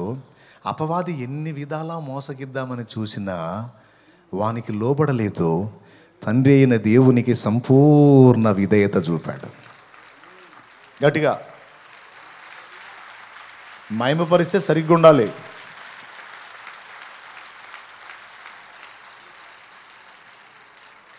ఆదాము అవిధేయత చూపాడు, కడపటి ఆదామైన యేసయ్య తండ్రికి పరిపూర్ణ విధేయత చూపాడు. తనకంటూ ఓన్ లైఫ్ ఇచ్చిన, ఓన్ గవర్నమెంట్ ఇచ్చిన, ఓన్గా జీవించమని దేవుడు ఆదాముకి ఎట్టి స్వేచ్ఛని ఇచ్చాడో కడపటి ఆదామైన యేసయ్యకు కూడా అట్టి స్వేచ్ఛనే ఇచ్చినప్పటికీ తనకివ్వబడిన స్వేచ్ఛను పూర్తిగా తండ్రి చేతికి అప్పగించి ఏ అడుగన్నా వేయని, ఏ పనన్నా చేయని, తండ్రి చిత్తం తండ్రి చిత్తం, తండ్రి చిత్తం తండ్రి చిత్తం. ఎక్కడ రివర్స్ రాలేదు చూడు. ఆనాడు ఆ మొదటి ఆదాము హవ్వలను మోసగించిన అదే సాతాను యేసును కూడా ఎదుర్కొన్నాడు, యేసును కూడా భయంకరంగా శోధించాడు. ఆయన ఎక్కడ వానికి లోబడల. మన ప్రధాన యాజకుడు హెబ్రీ పత్రిక 4:15 మన బలహీనతలలో సహానుభవం లేనివాడు కాడు గాని ఆయన సమస్త విషయములలో మన వలె శోధింపబడినను పాపము లేనివాడుగా ఉండెను. దేవునికి స్తోత్రం. కాబట్టి ఇప్పుడు భూమి మీదకి వచ్చిన మొదటి మనిషి తేడా పడితే కడపటి మనిషి పర్ఫెక్ట్గా నిలిచి గెలిచి తండ్రి యొద్దకు ఎక్కి వెళ్ళాడు. ఇప్పుడు తండ్రి కుడిపార్శ్వన కూర్చున్నది ఎవరు? దేవుడా మనుషుడా? పెద్ద చెప్పను, దండం పెడతాను. ఎవరు? మనుషుడే. తాను నియమించిన ఒక మనుషుని ద్వారా భూలోకమునకు ఆయన తీర్పు తీర్చబోతున్నాడు. రైట్. కాలము సంపూర్ణమైంది, దేవుని రాజ్యము సమీపించింది, ఇక జడ్జిమెంట్ జరగబోతుంది. ఇలాంటి హెచ్చరికలు ఇచ్చాడు యేసయ్య. ఇప్పుడు అర్థమైందా? దేవుని రాజ్యము సమీపించింది అంటే సమస్తము పైన దేవుడు ప్రభువే, కానీ భూలోకాన్ని ఆయన ఎవరికి ఇచ్చాడు? ఎవరికి ఇచ్చాడా? నరులకి ఇచ్చాడు. ఆ నరులు ఎవరికి ఇచ్చారు? ఇప్పుడు గవర్నమెంట్ ఎవరిదైంది? రైట్, సాతానుదైంది. కాబట్టి ఇదే భూమి మీదికి సాతాను చేత బందీలైపోయినటువంటి మానవ జాతి. ఇప్పుడు ఇంకో విషయం కూడా చెప్తాను. యేసు ప్రభు పరిశుద్ధ రక్తంతో వచ్చాడు, ఆదాం కూడా పరిశుద్ధ రక్తంతో వచ్చాడు. కానీ ఆదాం తేడా పడ్డాడు, యేసయ్య తేడా పడలేదు. అయితే ఇప్పుడు ఆదాము నుండి సంక్రమించినటువంటి ఆ పాపపంకిలమైన రక్తం మనందరిలో ప్రవేశించింది. ఇది ఎలా చెప్పొచ్చు అంటే, అందరు వినాలి, ఇక ముగింపు ఘట్టంలోకి వస్తున్నాను. ఇది ఎలా చెప్పొచ్చు అంటే, తల్లిదండ్రులకు జబ్బుంటే పుట్టే బిడ్డకు ఆ జబ్బు సంప్రాప్తి అయినట్టు. వాడు పాపం చేశాడా? వాడు ఏమన్నా దోషం చేశాడా? వాడు చేసిన దోషం ఏదన్నా ఉంది అంటే ఏమీ లేదు, వాళ్ళ కడుపును పుట్టడమే వాడి పాపం. ఎందుకంటే పుట్టింది మొదలుకుని వాడు జబ్బుతో బాధపడుతున్నాడు, వ్యాధిగ్రస్తుడయ్యాడు. ఎందుకు? తల్లిదండ్రుల రోగం వాడికి వచ్చేసింది. ఇప్పుడు చెప్పండి, వాడు ఏ విధమైన రోగాన్ని కలిగి ఉన్నా ఆ రోగ లక్షణాలను వాడు చూపించినప్పుడు నీకు వాడి మీద కోపం వచ్చిద్దా, కనికరం కలిగిద్దా? మీరు చెప్పాలి. ఆ రోగ లక్షణాలు వాళ్ళు వెల్లడవుతున్నప్పుడు, వాడు ఆ రోగం చేత బాధపడుతున్నప్పుడు, బలహీనుడై ఇబ్బంది పడుతున్నప్పుడు వాని మీద నీకు కోపం వచ్చిద్దా, కనికరం వచ్చిద్దా? ఎందుకు కనికరం వచ్చిద్ది? ఎందుకంటే పాపం ఆ జబ్బు తెచ్చుకోవడానికి వాడి ప్రమేయం లేదు. తల్లిదండ్రుల జబ్బు ఆ బిడ్డకు వచ్చింది తప్ప వానికి సంబంధం లేదు. అలా ఇబ్బంది పడుతున్నప్పుడు వాడిని చూసి మన కనికరం వచ్చింది. ఎందుకంటే పుట్టింది మొదలుకొని వాడికి తెలియకుండానే ఆ రోగం వాళ్ళలోకి వచ్చింది. ఈరోజు మానవ జాతి మొత్తం మీద దేవుడు కనికర పట్టడానికి కారణం ఏంటో తెలుసా? మనకు తెలియకుండానే పాపము అనే మాయదారి రోగం మన రక్తంలోకి ప్రవేశించింది. పాపము అనే ఒక చెడిపోయిన తత్వం, ఒక జబ్బు, ఒక వ్యాధి లక్షణం, అది భయంకరమైన వ్యాధి. అది మన లోపలికి ప్రవేశించింది. ఎప్పుడు? పుట్టుకతోనే. అందుకేనండి మంచిని నేర్పడానికి అన్ని ఏర్పాట్లు అయినాయి, కానీ చెడుతనం నేర్పడానికి ఏమి ఏర్పాట్లు కాలేదు. చూడండి, ఇక్కడ దొంగతనములు నేర్పబడును, ఇక్కడ అబద్ధములు చెప్పుట నేర్పబడును, ఇక్కడ జనములను ముంచుట నేర్పబడును అని ఎక్కడన్నా మీరు స్కూళ్ళు కానీ కాలేజీలు కానీ యూనివర్సిటీలు కానీ చూసారా? ఇక్కడ అద్భుతంగా జనాలను ఎత్తిన చేయబెట్టడం నేర్పబడును, చూసారా? ఇక్కడ పాపాలు ఎన్ని రకాలు ఉన్నాయి, అన్ని రకాలు చేయటం నేర్పబడును అని ఏమన్నా మీరు ఒక బోర్డు అన్న చూసారా? చూడలే. అయ్యి అసలు ఎవడు మనకు ట్రైనింగ్ ఇవ్వాల్సిన అవసరంలా, మన బ్లడ్. సంవత్సరంన్నర బిడ్డ దగ్గర చూడు, కుళ్ళుబోతు బుద్ధి కనపడిద్ది. అక్కనెత్తుకొని చెల్లిని దించితే ఎంతమంది ఎత్తుకున్నా సరే గందరగోళం చేస్తుంటుంది. మళ్ళీ సంవత్సరంన్నర అక్కను దించి మళ్ళీ ఏమైనా ఎత్తుకుంటే అప్పుడు అనుకుంటా చూస్తుంది. మీకు తెలియరా? అరే ఎందుకు తెలియదండి, సంవత్సరంన్నర మళ్ళీ దానికి బుడ్డదానికి. కానీ వాళ్ళు అక్కను ఎత్తుకొని 4 ఏళ్ల పాపను ఎత్తుకొని సంవత్సరంన్నర చిన్నదాన్ని అట్టు వదిలిపెడితే ఏం ఏడిసిద్దో గందరగోళం చేసిద్ది. మళ్ళీ ఆమెను దించి ఏమైనా ఎత్తుకుంటే అప్పుడు శాంతించిద్ది. ఎందుకు? అసూయ. నన్ను ఎత్తుకోకుండా మా అమ్మ ఆమెను ఎత్తుకుందనే అసూయ. ఎప్పటి నుంచి స్టార్ట్ అయింది వ్యసన బుద్ధి? చెప్పు. 1.5 year. అక్కడి నుంచి 5 ఏళ్ళకి స్కూల్లో చేరిస్తే అక్కడి నుంచి మనోడు కళ అంతా మొదలు పెడతాడు. పక్కోడు పెన్సిల్ కొట్టేస్తాడు. వాడు చూసి, సార్ నా పెన్సిల్ కొట్టేశాడు సార్ వీడంటే, లేదు సార్ మా నాన్న గుంటూరులో తెచ్చాడు అంటాడు. దొంగతనం చేసింది ఒక నేరం అయితే మళ్ళీ దాని కవరింగ్ కోసం అబద్ధ సాక్ష్యం. వాస్తవా కాదా? ఇవన్నీ ఎవరు ట్రైనింగ్ ఇచ్చాడు? వాళ్ళ అమ్మ ఇచ్చిందా? పంతులు తన్నపోతే ఇలా అబద్ధాలు చెప్పాలి నాన్న, పక్కోడు పెన్సిల్ ఇలా కొట్టేయాలి నాన్న, పక్కోళ్ళు బాగుపడితే ఇలా ఏడవాలి నాన్న. అబ్బే మన బ్లడ్లో. దేన్ని బట్టి? వ్యాధి లక్షణం, పాప లక్షణం. అందుకే పుట్టడం ఆ దరిద్రంతో పుడుతున్నాం కాబట్టే మంచిని డబ్బులు ఇచ్చి నేర్పించాల్సి వచ్చింది మనకి. డబ్బులు ఎదురు పెట్టి నేర్చుకోవాల్సి వచ్చింది. స్కూల్లో ఏం రాస్తారు? దొంగతనము చేయరాదు, అబద్ధములు ఆడరాదు. ఎందుకంటే ఇడు ఆ బుద్ధితో పోతున్నాడు బళ్ళోకి. ఒరే నీ సైకాలజీ ఇదిరా, నువ్వు మోసాలు చేసి అబద్ధాలు ఆడి వంచనలు చేసే తత్వంలో ఉన్నావు. అవి మంచివి కాదు, అవి నిన్నే చెరుపుతాయి కనుక అవి నువ్వు విసర్జించాలి, వాటిని ఎదిరించాలి. ఎందుకంటే అవి నీలో పనిచేస్తుంటాయని పంతులు పాఠంలో చెప్పడమే కాకుండా గోళ్ళ మీద కూడా రాస్తారు. సత్యమేవ జయితే, అసత్యం ఆడరాదు, అబద్ధం చెప్పరాదు అని ఓల్డ్ అనే విషయాలు. వాస్తవమా? ఎందుకని ఇవన్నీ? పుట్టటమే ఆ తత్వంతో పుడుతున్నాం కాబట్టి. ఇప్పుడు చెప్పండి, తప్పు మనదా మన పితరుల్దా? ఎవరిది? మానవ జాతి మొత్తానికి ఆరంభకులు ఉన్నారు, 2, ఆదాం హవ్వలు. వారు చేసిన దోషం ఆదాము నుండి సంక్రమించిన వారందరి మీద పాపము ఏలుబడి చేసిందట. అందుకేం చేశాడు? ఇప్పుడు తెలియని జబ్బుకు మనం గురయ్యాం. మనకు తెలియకుండానే ఆ మురికిలో మనం మునిగి తేలాం. ఇప్పుడు కనికరం వచ్చింది. దేవుడు ఒక నిర్ణయం చేసుకున్నాడు. ఇప్పుడు మీరు చెప్పండి, సువార్త ఎంత క్లియర్గా చెప్పినా సరే వాడు వినడు, వెళ్ళిపోతాడు. కారణం వైరస్. ఎక్కడుంది? బ్లడ్లో. తిరుగుబాటు తత్వం, మూర్ఖత, మూఢత్వం బాలుని హృదయంలో స్వాభావికంగా పుట్టును. ఒకప్పుడు ఇక్కడ కూర్చున్న మనం కూడా ఓవర్ యాక్షన్ చేసాం. ఎవరన్నా యేసు ప్రభు గురించి వదిలేపు మా చెప్పక సోది, మాకు చాలామంది ఉన్నారు కానీ అన్నాం.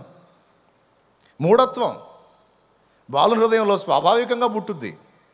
అయితే శిక్షాదండం లైన్లోకి వచ్చినప్పుడు దిమ్మ తిరిగి లైన్లోకి వచ్చాం. బాలుని హృదయంలో మూఢత్వం స్వాభావికంగా పుట్టును, శిక్షాదండము దాన్ని తోలివేయును. మన యందు జాలిపడిన దేవుడు, మనల్ని కనికరించినటువంటి ప్రభు, మనల్నే కాదు ఎల్ల మానవులను అర్థం చేసుకున్న ప్రభు. మీకు కొన్నిసార్లు కొన్ని ఆలోచనలు వచ్చినాయి, నేను చెప్తా. మీ కళ్ళ ముందు ఒకడు దుర్మార్గంగా ప్రవర్తించాడు అనుకో, మీకు డౌటు, మంచి మంచి వాళ్ళు సత్తున్నారు, ఇటు చావట్లేదు ఏందని. వచ్చిందా రాలేదా? వచ్చిందా రాలేదా? వదిలే. దేవుని పిల్లల్ని అతి దుర్మార్గంగా చిత్రవద చేసి చంపారు. వాళ్ళని చూసినప్పుడు డౌటు, యేసయ్యా నువ్వు పాత నిబంధనలో కథలు రాశావు, కొత్త నిబంధనలో కథలు రాశావు, మరి మా బతుకుల్లో కార్యాలయ్యా? సింహం నోళ్ళు మూసి దానియల్ని కాపాడానన్నావు, అగ్నిబలం చల్లార్చి శద్రకు మేషకు అభేద్నగోళ్ళని కాపాడానన్నావు, బోళ్ళని చేశానని చెప్పావు. మరి ఇంతున్న దుర్మార్గం ఏలుతుంటే, ఇంత దారుణం జరుగుతుంటే, ఇంత అన్యాయం జరుగుతుంటే, ఇంత కుట్ర జరుగుతుంటే, దుర్మార్గులు పెట్టరేగి నరమేధం చేస్తుంటే ఎక్కడ కూర్చున్నావయ్యా? ఎందుకు వారిని నువ్వు శిక్షించట్లేదు? ఎందుకు వారి మీద నువ్వు ప్రతీకార చర్య జరిగించట్లేదు? ఎందుకు నువ్వు వారిని నాశనం చేయటం లేదు అనే ప్రశ్న బహుశా కొన్ని చూసినప్పుడు నీకు కలిగి ఉండొచ్చు. కానీ ఎందుకు దేవుడు వారిని కనికరిస్తున్నాడో తెలుసా? వాళ్ళు ఏం చేస్తున్నారో వాళ్ళకి తెలియదు. అది ఆ వైరస్ ప్రభావం. ఏ వైరస్?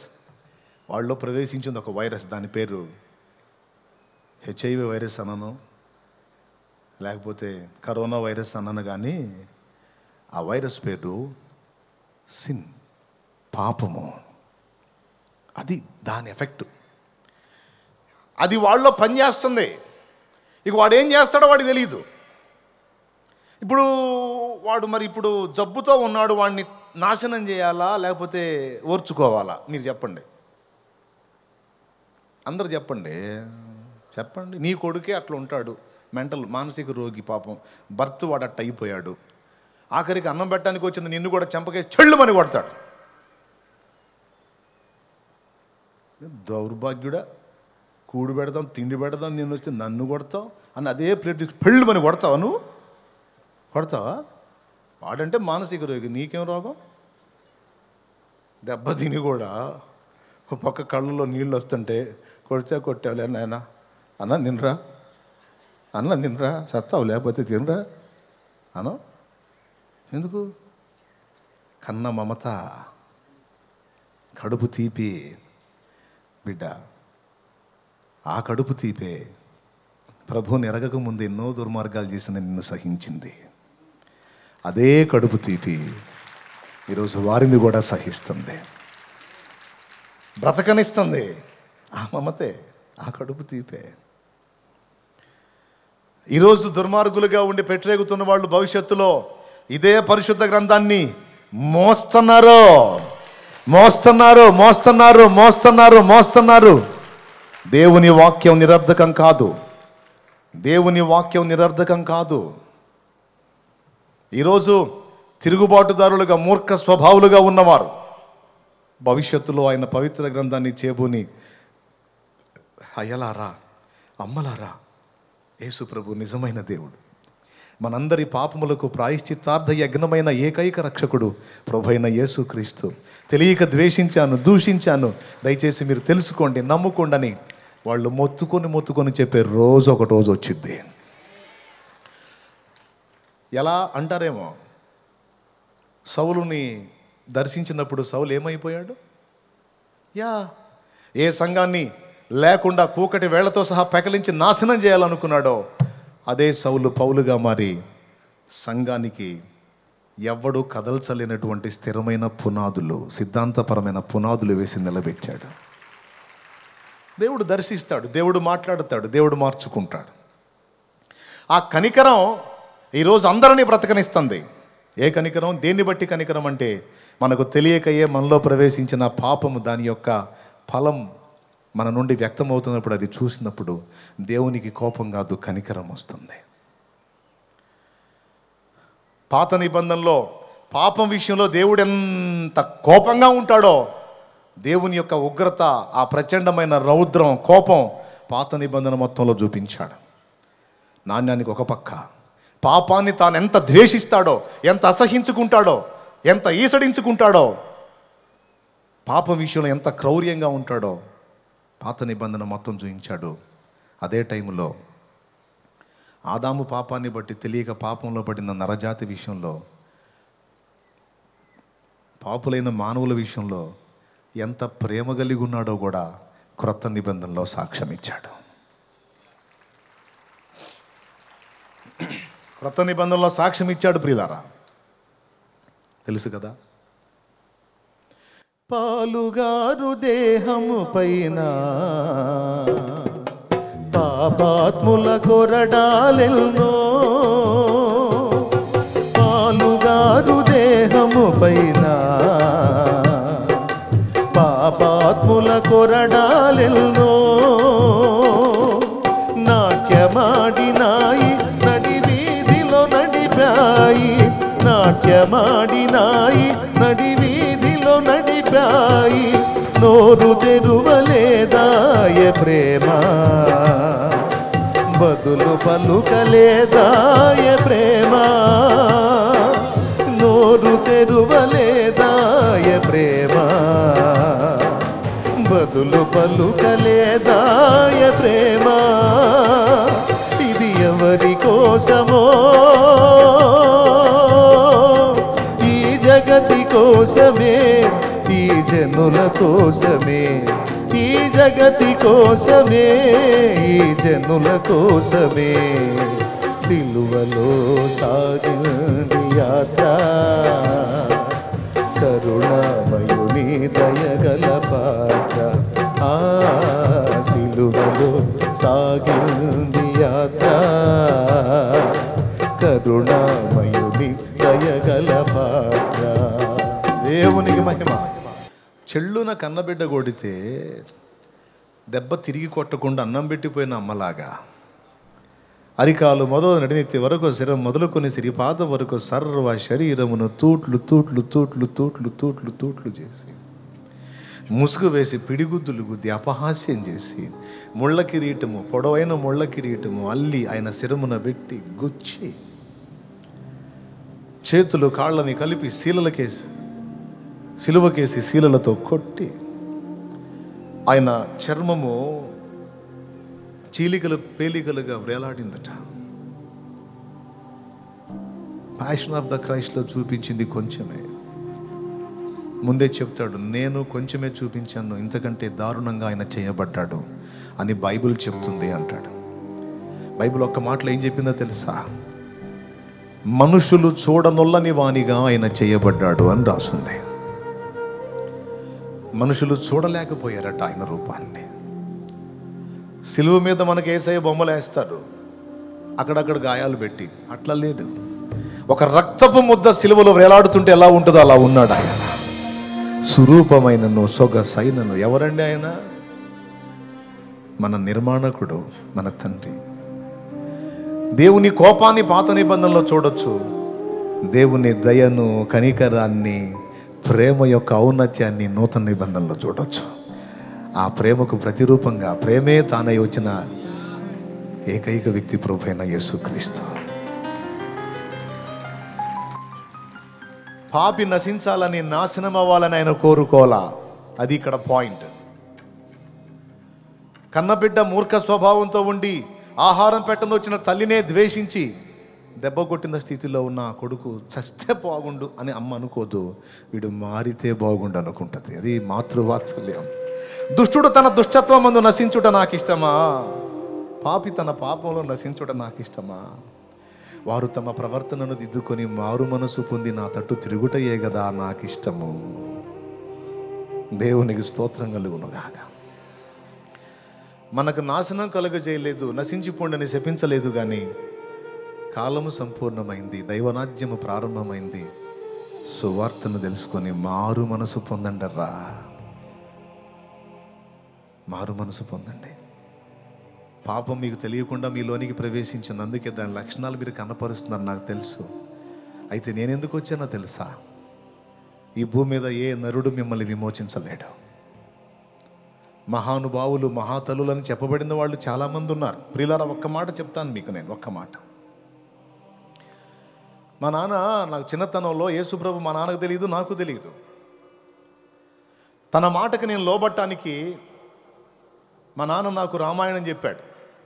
రామాయణంలో రాముడిని చూపించాడు. దశరథుడు చెప్పిన మాటకి పితృవాక్య పరిపాలన జరిగించిన వాడురా రాముడు. తన తండ్రికి ఎలా లోబడ్డాడో చూడు. తన తండ్రి ఆజ్ఞను నెరవేర్చడం కోసం అడవులకు పోయాడయ్యా అని రాముడిని చూపించాడు. ఓహో, శ్రీరాముడిలాగా నేను కూడా తండ్రికి లోబడాలి కాబోలు అని తండ్రికి లోబడటం అనేది రాముడిలో పాఠం. అంతేకాదు, ఒక రాజుగా, రాజ్యాన్ని పరిపాలించే రాజుగా ఉండి తన విషయంలో ఎవరైనా ఏదైనా కామెంట్ చేస్తే దాని విషయంలో వెంటనే తనకు తానే తీర్పు తీర్చుకున్నటువంటి ఒక మహారాజుగా కూడా రాముడు కనపడతాడు రామాయణంలో. లంకలో ఉన్నటువంటి తన భార్య అయినటువంటి సీతను తీసుకొచ్చి అగ్ని పరీక్ష చేసి మరి తెచ్చిన తర్వాత ఒక సామాన్యుడు ఆమె విషయంలో నింద పలికాడని నిండు చోళాలను సైతం ఏ భర్త కూడా వదలటానికి ఇష్టపడ్డాడు. కానీ తను ప్రజలు విమర్శించారన్న కారణం చేత, ప్రజల దగ్గర నుండి ఏ మచ్చ, ఏ మాట, ఏ తప్పుడు మాదిరి, ఏ విధమైనటువంటి వ్యతిరేకత నాకు రాకూడదు, నా విషయంలో నా ప్రజలు అభ్యంతర పడకూడదని తన భార్యని, ఆమె గర్భంలో ఉన్న పిల్లల్ని కూడా త్యాగం చేశాడు. ఒక కొడుగ్గా తండ్రికి లోబడ్డాడు. ఒక మంచి మహారాజుగా ప్రజలకు న్యాయం చేశాడు అని ఈ స్టోరీ చెప్పి నేను ప్రవర్తనలో కొన్ని బ్యాలెన్స్లు చేసుకోవడానికి రాముడిని చూపించాడు మా నాన్న. అన్నదమ్ముల మధ్య ప్రేమ ఐక్యతను చూపించడానికి లవకుశ సినిమా చూపించాడు. ఎందుకంటే మాకు యేసుప్రభు తెలీదు, బైబిల్ తెలీదు, ఏం తెలియదు. లవకుశ సినిమా చూపించి అందులో లవుడు కుశుడు ఇద్దరు ఒకడి కోసం ఒకడు ఎలాగా అంకితమై ఉంటారో మా అన్నదమ్ములు చూపించి ఇలా ఉండాలిరా అన్నదమ్ములు అంటే. మరి ఇంకా వేరే స్టోరీ లేదు. అదే వింటున్నారా? ఆడిన మాట తప్పకూడదు, మాట అంటే తప్పకూడదురా, మాట మీద నిలబడాలంటానికి సత్య హరిశ్చంద్రుడిని చూపించాడు. ఆడిన మాట తప్పకుండా ఆ మాట మీద నిలబడటానికి అవసరమైతే మనం ఏమైపోయినా పర్వాలేదు అనడానికి సూచనగా శిబి చక్రవర్తిని చూపించాడు. శిబి చక్రవర్తి ఒక పావురాయికి వాగ్దానం చేస్తాడు. పావురాయి వచ్చి శరణ వేడిద్ది, డేగ నన్ను తరుముతుంది నా ప్రాణం తీయటానికి, నీ శరణు వేడాన్ని నన్ను కాపాడమంటే శిబి చక్రవర్తి అభయం ఇస్తాడు. నీ ప్రాణానికి నా ప్రాణం వడ్డు నీకేం కాదు. ఈలోపు డ్యాగ్ వచ్చింది.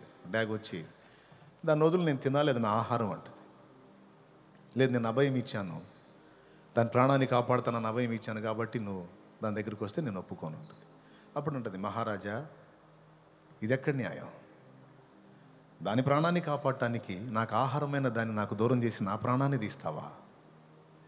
అంటే ఒక విషయంలో న్యాయం చేసి మరొక విషయంలో అన్యాయం చేస్తున్నావు గాను, ఇది ఎట్లా న్యాయం అని అడుగుద్ది డేగ. అప్పుడు ఆయన, అట్లయితే నేను ఆడిన మాట తప్పకూడదు, దానికి న్యాయం చేయాలి, నీకు న్యాయం చేయాలి, కాబట్టి ఓ పని చేస్తాను, ఈ పావురం వెయిట్ ఎంత ఉందో అంత వెయిట్ మాంసం నా శరీరం నుండి నీకు ఇస్తాను, నువ్వు తిని వెళ్ళిపో అంటాడు. ఆడిన మాట తప్పకుండా ఆ మాట మీద నిలబడటం కోసం అవసరమైతే తన దేహాన్ని త్యాగం చేయటానికి సిద్ధపడిన శిబి చక్రవర్తిని చూడయ్యా అని పురాణ గాథల్లోనూ స్టోరీస్లోనూ ఉన్నటువంటి వ్యక్తుల్ని చూపించాడు. ఇక వాళ్ళే దైవాలు అనుకున్నాను. వాళ్ళు రాజులు, జనరంజకంగా పరిపాలించినటువంటి రాజులు. కానీ కొన్ని విషయాల్లో వాళ్ళు న్యాయ ప్రవర్తన కలిగి ఉన్నారు. ఈరోజు కూడా వినండి, ఈరోజు కూడా నేను వాళ్ళని ద్వేషించను, తోలనాటి తేలిగ్గా మాట్లాడను. కొంతమంది మన సహోదరులు తెలియక అలాంటి పనులు చేస్తూ ఉన్నారు. అదేమంటే వాళ్ళు తిట్టట్లేదా యేసయ్యని? వాళ్ళు తిట్టినప్పుడు నీకు రోషం రావట్లేదా? ఓకే, తిడుతున్నాడు, కారణం వైరస్. స్తోత్రం. ఏంటి? వైరస్. మనకు ఆ వైరస్ నుంచి విడుదల వచ్చింది కదా. మనం కూడా అదే వైరస్లో ఉంటే అదే విధంగా స్పందించాలి. వైరస్ నుంచి విడుదల వచ్చింది కాబట్టి వైరస్లో ఉన్న వారిని కనికరించడం, వారి కోసం ప్రార్థించటం, సాధ్యమైతే సమంజసంగా వారికి ప్రత్యుత్తరం ఇవ్వటం. ఇప్పుడు నేను వీళ్ళందరి స్టోరీస్ విన్న తర్వాత వీళ్ళు మహానుభావులు, వీరే దైవాలని మొక్కాను. కానీ వారు అప్పటి కాల ప్రజల్ని వాళ్ళు మంచిగా పరిపాలించారు. తర్వాత కొంతమంది ముఖ్యమంత్రులు మన రాష్ట్రాన్ని ఏలారు. వాళ్ళ విగ్రహాలు కూడా ఈరోజు వీధి మొగల్లో కనపడుతున్నాయి. ఓకే, మహాత్మా గాంధీ మన కోసం సత్యాగ్రహం చేశాడు, ఎన్నో రకాల బాధలు పడ్డాడు. కనీసం సరైన బట్టలు కూడా ధరించకుండా కుళ్ళాయి పంచ ధరించి తిరిగాడు. ఒక చిన్నోడు వచ్చి, మహాత్మా మీరు ఎప్పుడు చూసినా ఈ కుళ్ళాయి పంచ ధరించి ఉంటారు, మా అమ్మకి అడిగి నీకు మంచి బట్టలు కుట్టిస్తాను అంటే చిరునవ్వు నవ్వి గాంధీజీ మన దగ్గర తీసుకొని ముద్దాడి, నాన్న సరైనటువంటి వస్త్రం లేకుండా ఈ దేశంలో కోట్ల మంది ఉన్నారు, మీ అమ్మ వాళ్ళకు కూడా కుట్టిద్దేమో అడుగు అని పంపిస్తాడు. అంటే నా ప్రజలకు సరైన బట్ట లేనప్పుడు నేను ఎందుకు కట్టాలి, నాకొద్దు అని ప్రజల కోసం కుళ్ళాయి పంచ ధరించి ఒక సామాన్యుడిగా దీనుడిగా తిరిగాడు మహాత్మా గాంధీ. జాతి కోసం తన సమస్తాన్ని కోల్పోవడానికి ఇష్టపడ్డాడు బిఆర్ అంబేద్కర్. మహనీయులు, జాతికి మార్గదర్శకులుగా ఉన్నటువంటి వ్యక్తులు. ఇప్పుడు ముందు చెప్పిన వాళ్ళు రాజులు, వీళ్ళేమో మన ముందు తరాల్లో ఉన్నటువంటి వ్యక్తులు. మొత్తం సమాజానికి క్షేమకరంగా వ్యవహరించినటువంటి వాళ్ళే. కానీ వీళ్ళందరూ ఎన్ని రకాల తిప్పలు పడినా, ఎన్ని రకాల మాదిరిలు చూపించినా, ఎన్ని రకాల త్యాగాలు చేసినా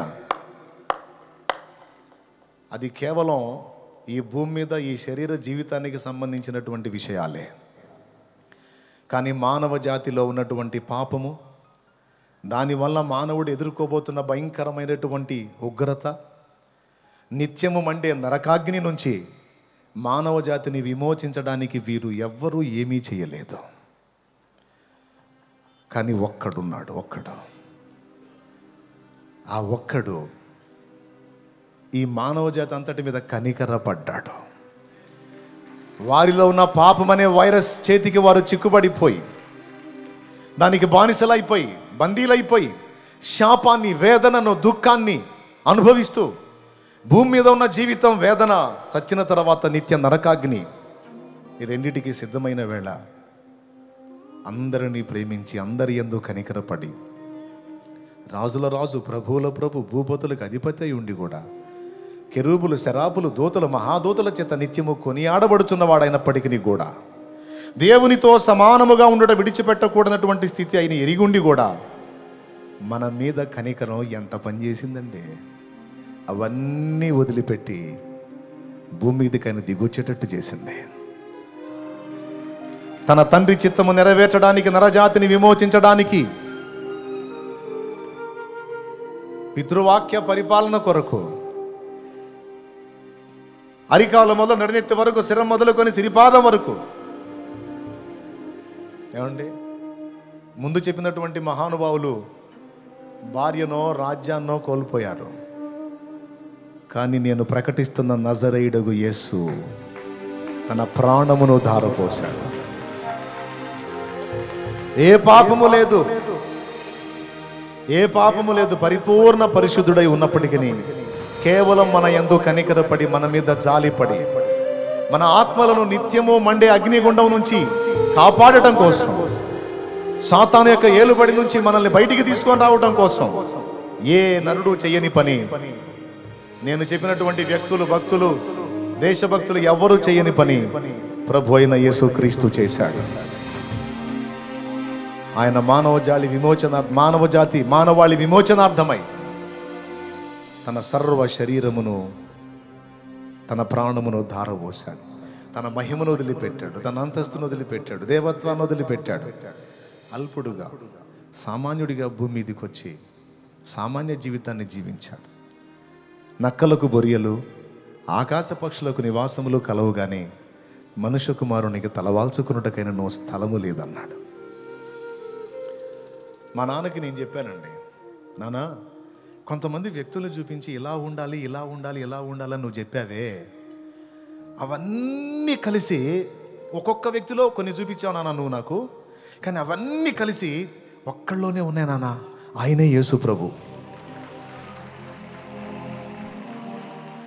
నువ్వు ఎవరెవరు చూపించి ఇదిగో ఈ వ్యక్తిలో ఇది, ఈ వ్యక్తిలో ఇది, ఈ వ్యక్తిలో ఇది అని చూపించావే, అవన్నీ కలిసి ఆయన ఎందున్నాయి. నువ్వు చూపించిన వాళ్ళలో కొన్ని అపరిపూర్ణతలు ఉన్నాయి, కానీ ఇదిగో నేను తెలుసుకున్న యేసు పరిపూర్ణుడు నాన్న. పరిపూర్ణ ప్రేమ ఆయనలో ఉంది, పరిపూర్ణ పరిశుద్ధత ఆయనలో ఉంది, పరిపూర్ణ త్యాగం ఆయనలో ఉంది, పరిపూర్ణ కనికరం ఆయనలో ఉంది, పరిపూర్ణ విధేయత ఆయనలో ఉంది, పరిపూర్ణమైన మాదిరి ఆయనలో ఉంది. దేవునికి స్తోత్రం నానా. అన్నీ తన యందు కలిగి ఉన్న ఏకైక వ్యక్తి.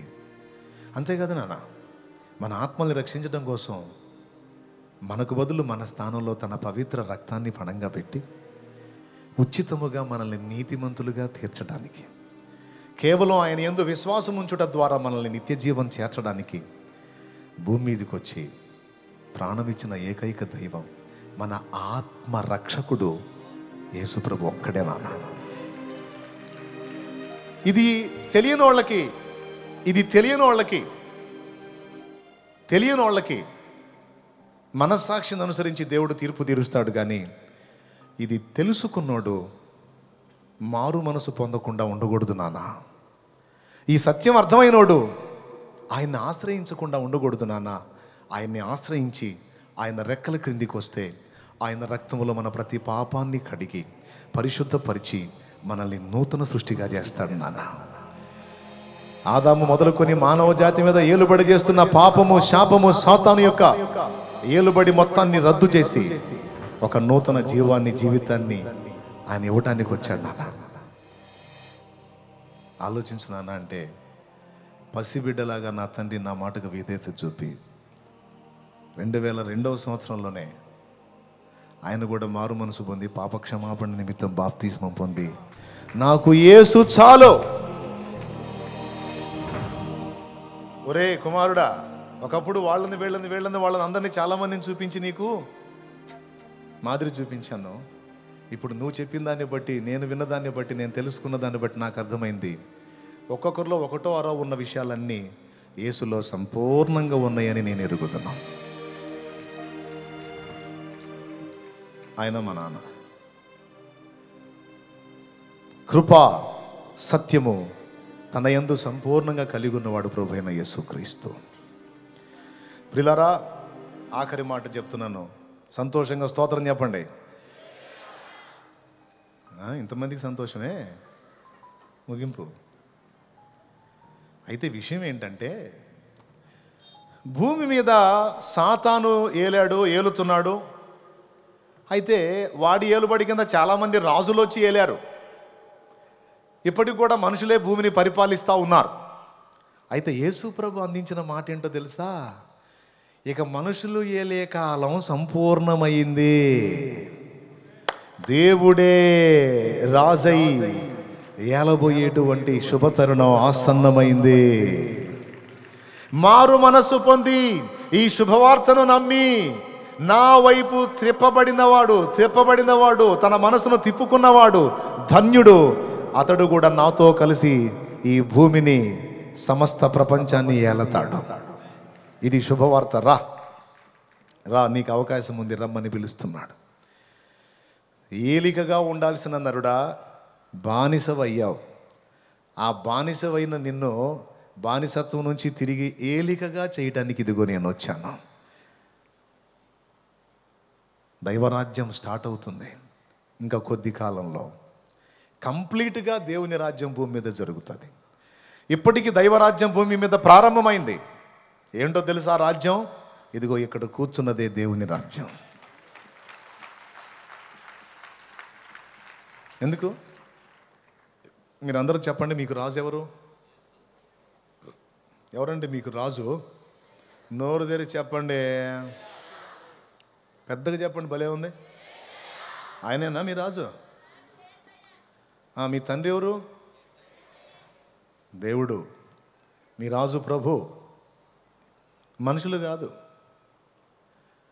నీ రాజు నజరేయుడగు యేసు. మీ అందరూ భూమి మీద గవర్నమెంట్ ఇచ్చిన శాసనాలన్నా పక్కన పెడతారేమో కానీ ఆయన శాసనాలను గుండెకు హత్తుకొని వాటిని నెరవేర్చడానికి నిరంతరం ఆరాట పడతా ఉంటారు. ఇంచుమించు గంటన్నర నుంచి నేను మాట్లాడుతున్నా ఆయన శాసనాల గురించి, ఆయన సంగతుల గురించి. అట్లా కదిలారా?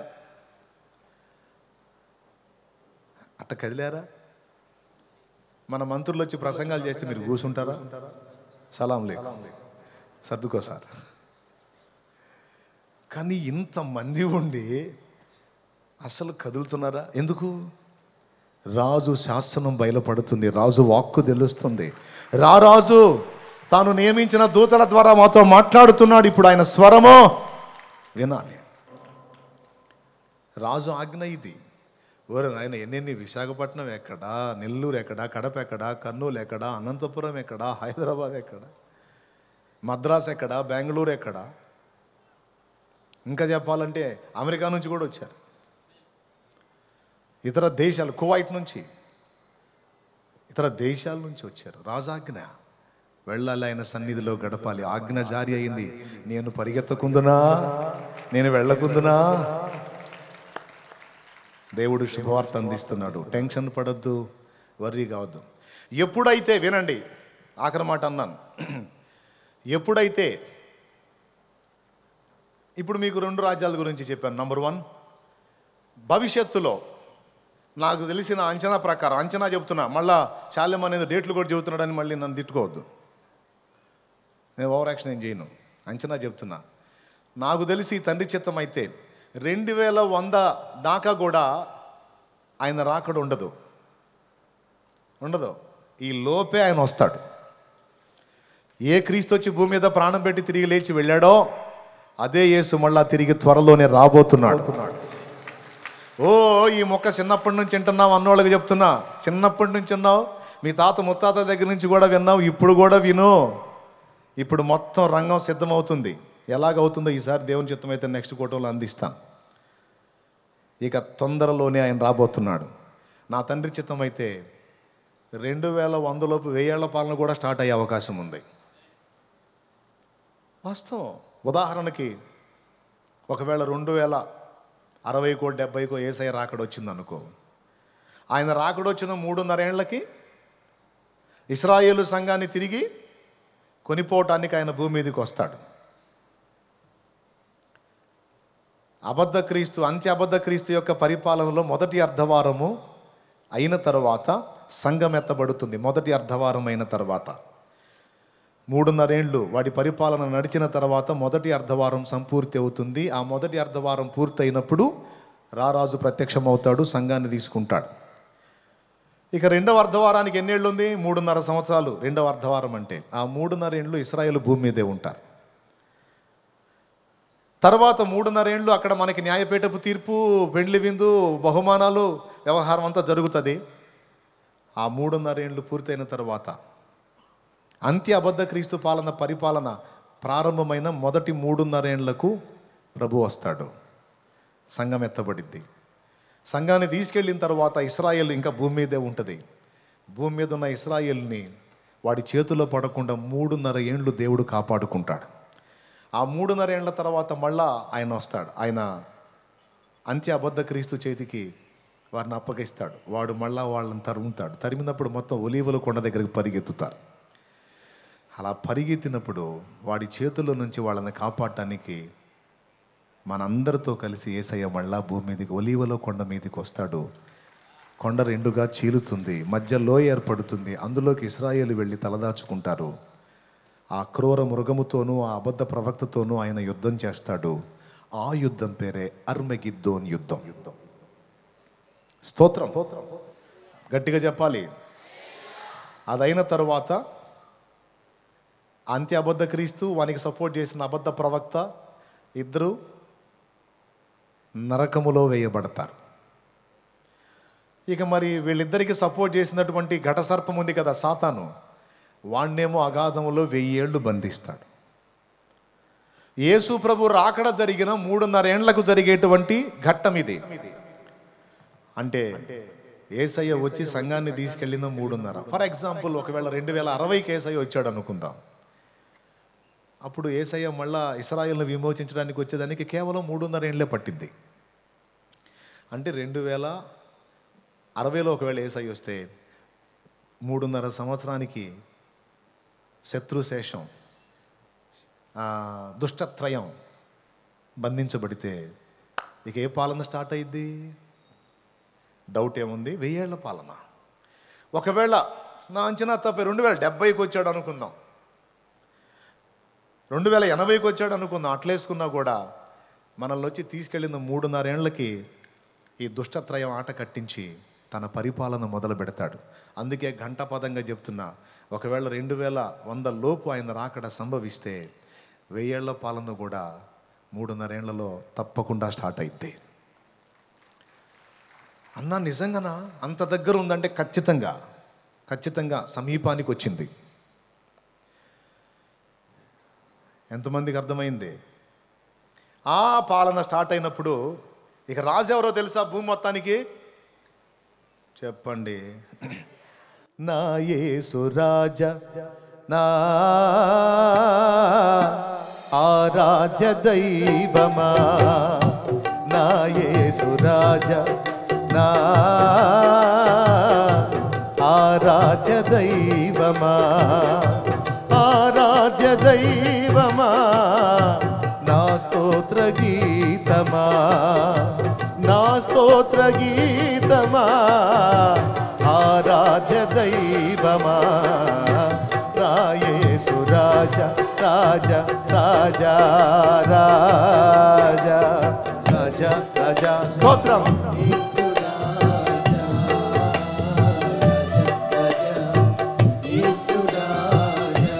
Praise the lord. ఇప్పటిదాకా యేసు రాజా రాజా రాజా అని పాటలు పాడావు. ఆయన ఎప్పుడు రాజు అవుతాడని చూస్తున్నావు. కొద్దిగా ఓపిక పట్టు. నా తండ్రి చిత్తం అయితే ఇప్పుడు ఒకవేళ నీకు 30 ఉంటే నీకు ఒక 60-70 వచ్చేటప్పటికి తప్పకుండా చూస్తావు. ఒకవేళ నీకు ఇప్పుడు 40 ఉంటే 80 ఏళ్ళ దాకా నువ్వు బతికుంటే మరో 40లో తప్పకుండా చూస్తావు. నా తండ్రి చిత్తం అయితే త్వరలోనే. అప్పుడు భూప్రపంచమంతా కింగ్ ఎవరో తెలుసా? ఇంకా ఎలగట్లా మీకు చెప్పండి. ఎవరు రాజు? అది దేవుని రాజ్యం రియల్గా స్టార్ట్ అయింది భూమి మీద, ఇదే భూమి మీద.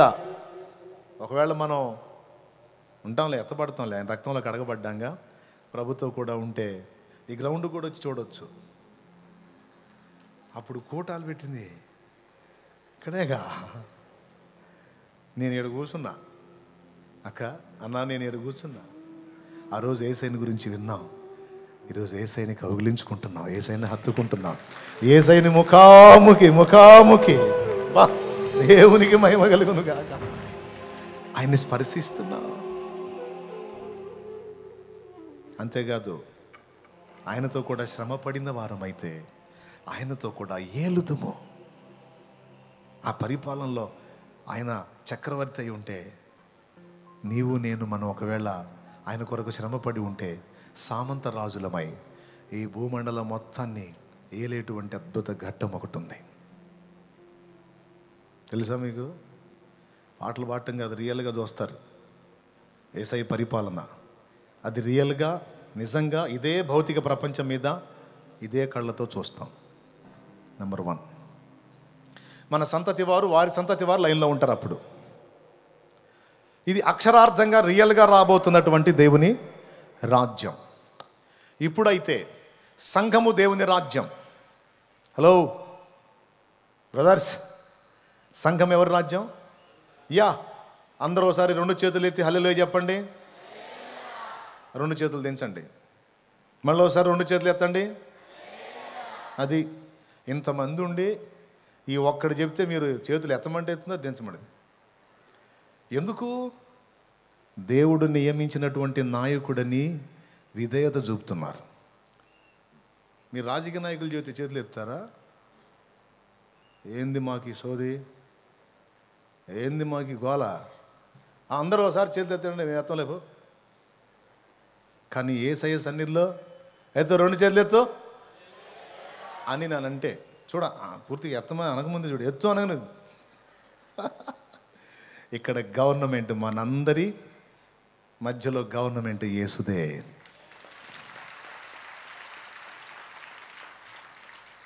రాజులకు సాష్టాంగపడం, అధికారులకు సాగిలపడం, వాళ్ళ ముందు గడగడ వణకం.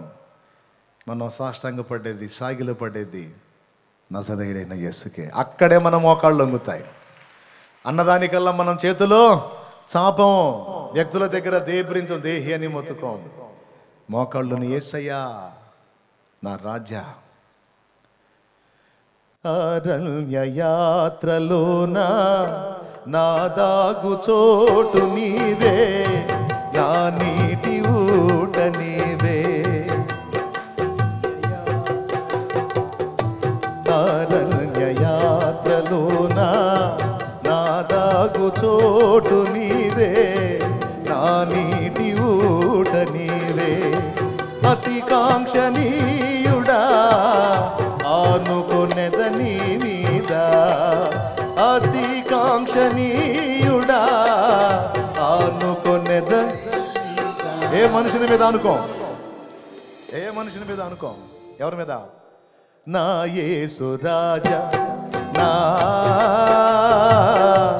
ఆరాధ్య దైవమా, ఆరాధ్య దైవమా, నా స్తోత్ర గీతమా, నా స్తోత్ర గీతమా, ఆరాధ్య దైవమా, నా యేసు రాజా, రాజా రాజా రాజా రాజా రాజా. స్తోత్రం. యేసు రాజా, రాజా రాజా, యేసు రాజా, రాజా యేసు రాజా, రాజా యేసు రాజా, రాజా రాజా, ఆమేన్. యేసు రాజా, Glory. రాజా రాజా, యేసు రాజా. స్తోత్రం. ఎవరు బెదిరించినా భయపడం, ఎవరు దడిపించినా దడుచుకోం, ఎవరు వదిలేసి వెళ్ళిపోయినా ఏడుచుకుంటా కూర్చోం. పోతే ఎప్పుడైనా పోయేదే. ఎవడు ఉన్నా ఊడినా నా యేసు నాకు చాలు, ఆయన నన్ను వదలడు. లోకమంతా నన్ను వదిలినా నా యేసు చాలు, ఆయనను బట్టి బ్రతుకుతాను, ఆయనతో బ్రతుకుతాను. చాలు.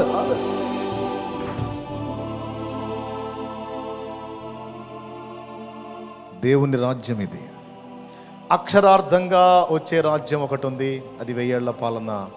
ఇదిగో ఇక్కడ కనపడుతున్నటువంటి ఈ రాజ్యం కూడా స్పష్టంగా కనపడుతున్న దైవరాజ్యమే. ఇంకొక మాట ఫైనల్, అదేంటో తెలుసా? ఎప్పుడైతే వ్యక్తిగతంగా నువ్వు లోతైన మారు మనసు పొంది యేసు ప్రభుకి నీ హృదయ గది తలుపులు తెరచి ఆయన నీ లోపలికి ఆహ్వానించి ఆయన్ని నీ లోపల చేర్చుకుంటావో, అప్పుడు నీలోనే ఆయన రాజ్యం స్టార్ట్ అయింది. ఇది వ్యక్తిగతమైన దైవరాజ్యం, సంఘపరమైన దైవరాజ్యం, అక్షరార్థంగా సమాజం అంతటినీ ఏలేటువంటి దైవరాజ్యం. ఈ 3 దేవుని రాజ్యం అనే చెప్పబడింది. అది ఇప్పుడు నీ తలుపు తడుతుంది. కాలం సంపూర్ణమైంది, విడుదల సమీపించింది, దేవుని రాజ్యం సమీపించింది. మారు మనసు పొంది నా మాట నమ్మి చేర్చుకుంటావా? నన్ను ఆహ్వానిస్తావా? ఇప్పటిదాకా భూరాజుల పాలన చూసావుగా, నీకు నువ్వే రాజువై నిన్ను ఏలుకున్నావుగా. కొంతమంది మనుషులకు నువ్వు లోబడి వాళ్ళు చెప్పినట్లల్లా వాళ్ళని రాజులుగా చేసి వాళ్ళ మాటలు విని నానా బాధలు పడ్డావుగా. రకరకాల పాలన చూసావుగా. రాజుల పాలన చూసావు, నీ తోటి మనుషులు నిన్నేలటం చూసావు, ఆఖరికి నిన్ను నువ్వు వేలుకోవటం కూడా చూసావు. ఇన్ని పరిపాలనలు అయిపోయినాయిగా, నాకు అవకాశం ఇస్తావా? నేను వస్తాను నీలోకి, నేను పరిపాలిస్తాను నిన్ను. ఆ తర్వాత నీ జీవితం ఎలా ఉంటుందో నువ్వే చూద్దువు, కానీ నాకు అవకాశం ఇస్తావా? ఇస్తే నువ్వు నూతన సృష్టి అవుతావు. నీ దేవుడు నీ హృదయ గది తలుపు తడుతున్నాడు. యేసు ప్రభుని నా రాజుగా అంగీకరించి నా హృదయ గది తలుపు తెరిచి చేర్చుకున్నాను. ఆయన పరిపాలనలో మీరు నమ్మండి, నమ్మకపోండి, మీరు ఏమన్నా అనుకోండి, ఆయన పరిపాలన నా జీవితంలో ప్రారంభమయ్యి 22 సంవత్సరాలు. 2002 ఏప్రిల్ 17వ తారీఖున అదిగో ఆ దైవజనుని సమక్షంలో నేను మారు మనసు పొంది పాప క్షమాపణ నిమిత్తం బాప్తిస్మం పొందాను. ఆ రోజు యేసు నా జీవితంలోకి ఎంటర్ అయ్యాడు. నా జన్మ కర్మ పాపాలన్నీ కడిగి నన్ను శుద్ధీకరించి నా లైఫ్లోకి ఎంటర్ అయ్యాడు ఆయన. ఈ 22 సంవత్సరాలుగా యేసు ప్రభు పరిపాలన వ్యక్తిగతంగా నాలో జరుగుతుంది. దాని ఫలం ఎంత ఆనందంగా ఉందో తెలుసా? నేను నటిస్తే మీకు అర్థమైపోయింది. నటించేది ఏముంది? ఎప్పుడన్నా చూడు. ఈ 22 సంవత్సరాలుగా ఎవ్వరి పరిపాలనలో నేను అనుభవించని ఆనందం. భూరాజులు ఏలారు, మంత్రులు అధికారులు ఏలారు, పిల్లవాడుకున్నప్పుడు తల్లిదండ్రులు నన్ను ఏలారు. ఆఖరికి మనకు ఎవరి ప్రాయం వచ్చినప్పుడు మన పెత్తనం మందే, మనల్ని మనం కూడా ఎలుగున్నాం. అన్ని దెబ్బలు తిని అయిపోయి చివరికి చావును వెతికినప్పుడు ఆయన నన్ను వెతుక్కుంటూ వచ్చి, ఒకసారి నాకు అవకాశం ఇస్తావా? ఆనందం అంటే ఏంటో నీకు రుచి చూపిస్తాను, సంతోషకరమైన జీవితం అంటే ఏంటో నీకు చూపిస్తాను, మనశ్శాంతి అంటే ఏంటో చూపిస్తాను, ఆదరణ అంటే ఏంటో నీకు తెలియజేస్తాను, విడుదల అంటే ఏంటో నీకు చూపిస్తాను, దేవుని రాజ్యం ఎలా ఉంటుందో చూపిస్తాను, నాకు ఛాన్స్ ఇస్తావా అని అడిగాడు. అన్ని పరిపాలన చూసి విసిగిపోయాను తండ్రి. సరే రమ్మని ఆహ్వానించాను. 22 సంవత్సరాలుగా దివిలో ఉన్న ఆనందమును ధరణిలో నేను అనుభవింప, మహిమాత్మతో నన్ను నిల్పితివా. దివిలోనున్న ఆనందమును ధరణిలో నేను అనుభవింప, మహిమాత్మతో నన్ను నిల్పితివా, మహిమాత్మతో నన్ను నిల్పితివా. సర్వాధికారి సర్వజ్ఞుడవు, సంపూర్ణ సత్య స్వరూపివి నీవు. దివిలోనున్న ఆనందమును ధరణిలో నేను అనుభవింప, మహిమాత్మతో నన్ను, మహిమాత్మతో నన్ను.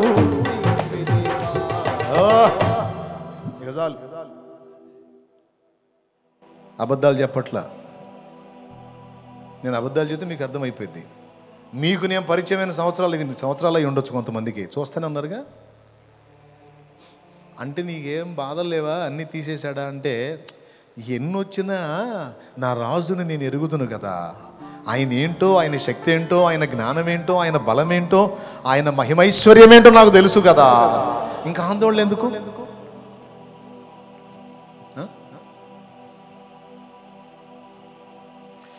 వీరుడవై నీవు నాకుండగా నేనేలా భయపడుదును, నాకింక దిగులేలను. నేనేలా భయపడుదును, నాకింక దిగులేలను. సైన్యములకు అధిపతి నీకేగ నా స్తుతి. నా సైన్యముల నీకేగ నా స్తుతి. నా సైన్యములకు అధిపతి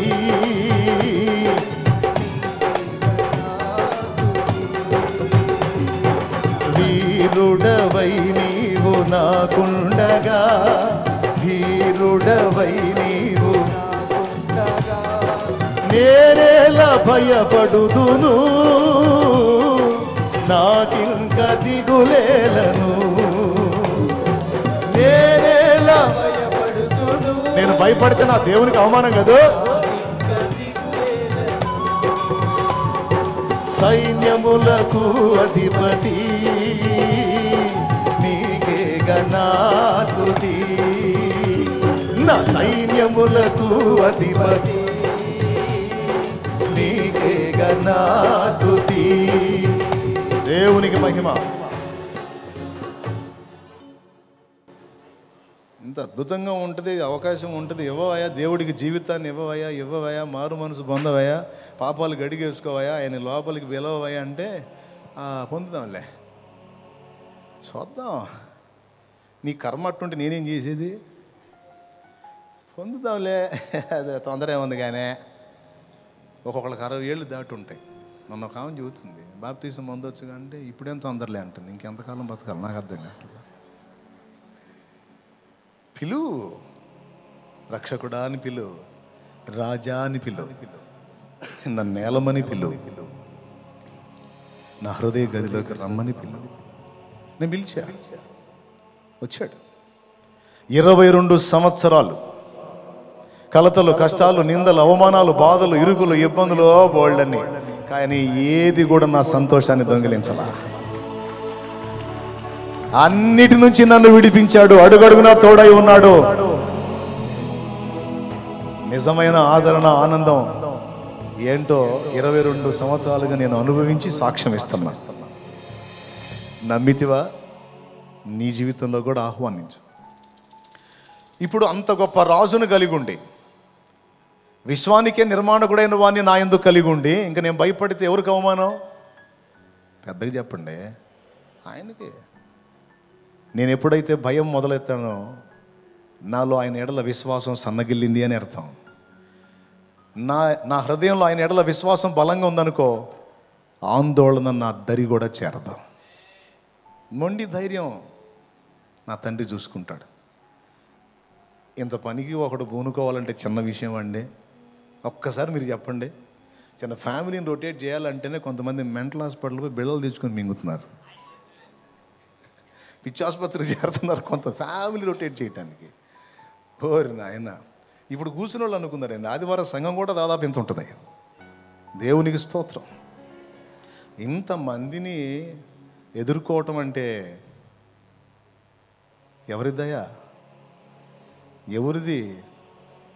వీరుడవై నీవు.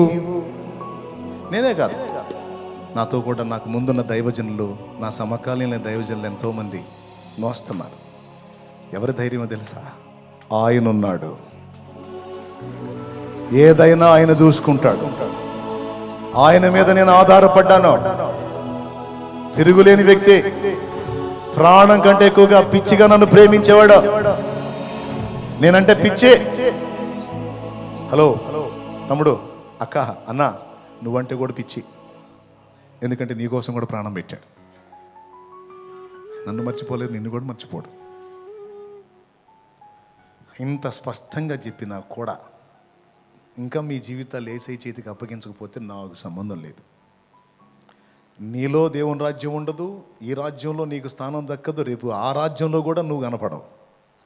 నీ ఇష్టం. లేదు, నువ్వు చెప్పినటువంటి 3 రాజ్యాల్లో నేను ఉండాలనుకుంటున్నాను. నువ్వు కోరితే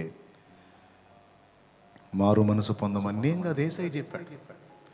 కాలము సంపూర్ణమైంది, దేవుని రాజ్యము సమీపమైంది, నీ హృదయ గది దగ్గరకు వచ్చి తడుతుంది. ఏమండి, మా ఫ్యామిలీ అంటే మా చుట్టుపక్కల వాళ్ళకి భయం. గతంలో యేసు ప్రభు రాజుగా మా జీవితంలో రాకముందు మేము ప్రశాంతంగా ఉన్న పక్కన వాళ్ళు కూడా ఉన్నాం. నిజంగా మేము ప్రశాంతంగా ఉన్నామంటే పక్కన వాళ్ళు పలావ్ వండుకోవాలి, సంతోషం తట్టుకోలేక. ఎందుకు? మా ఇంట్లో అట్లాంటి గొడవలు జరిగితే వాళ్ళు తీర్పులు చేయాలి. మేము తినేటప్పటికి 1 గంట అయితే వాళ్ళని కూడా తిన్నాం.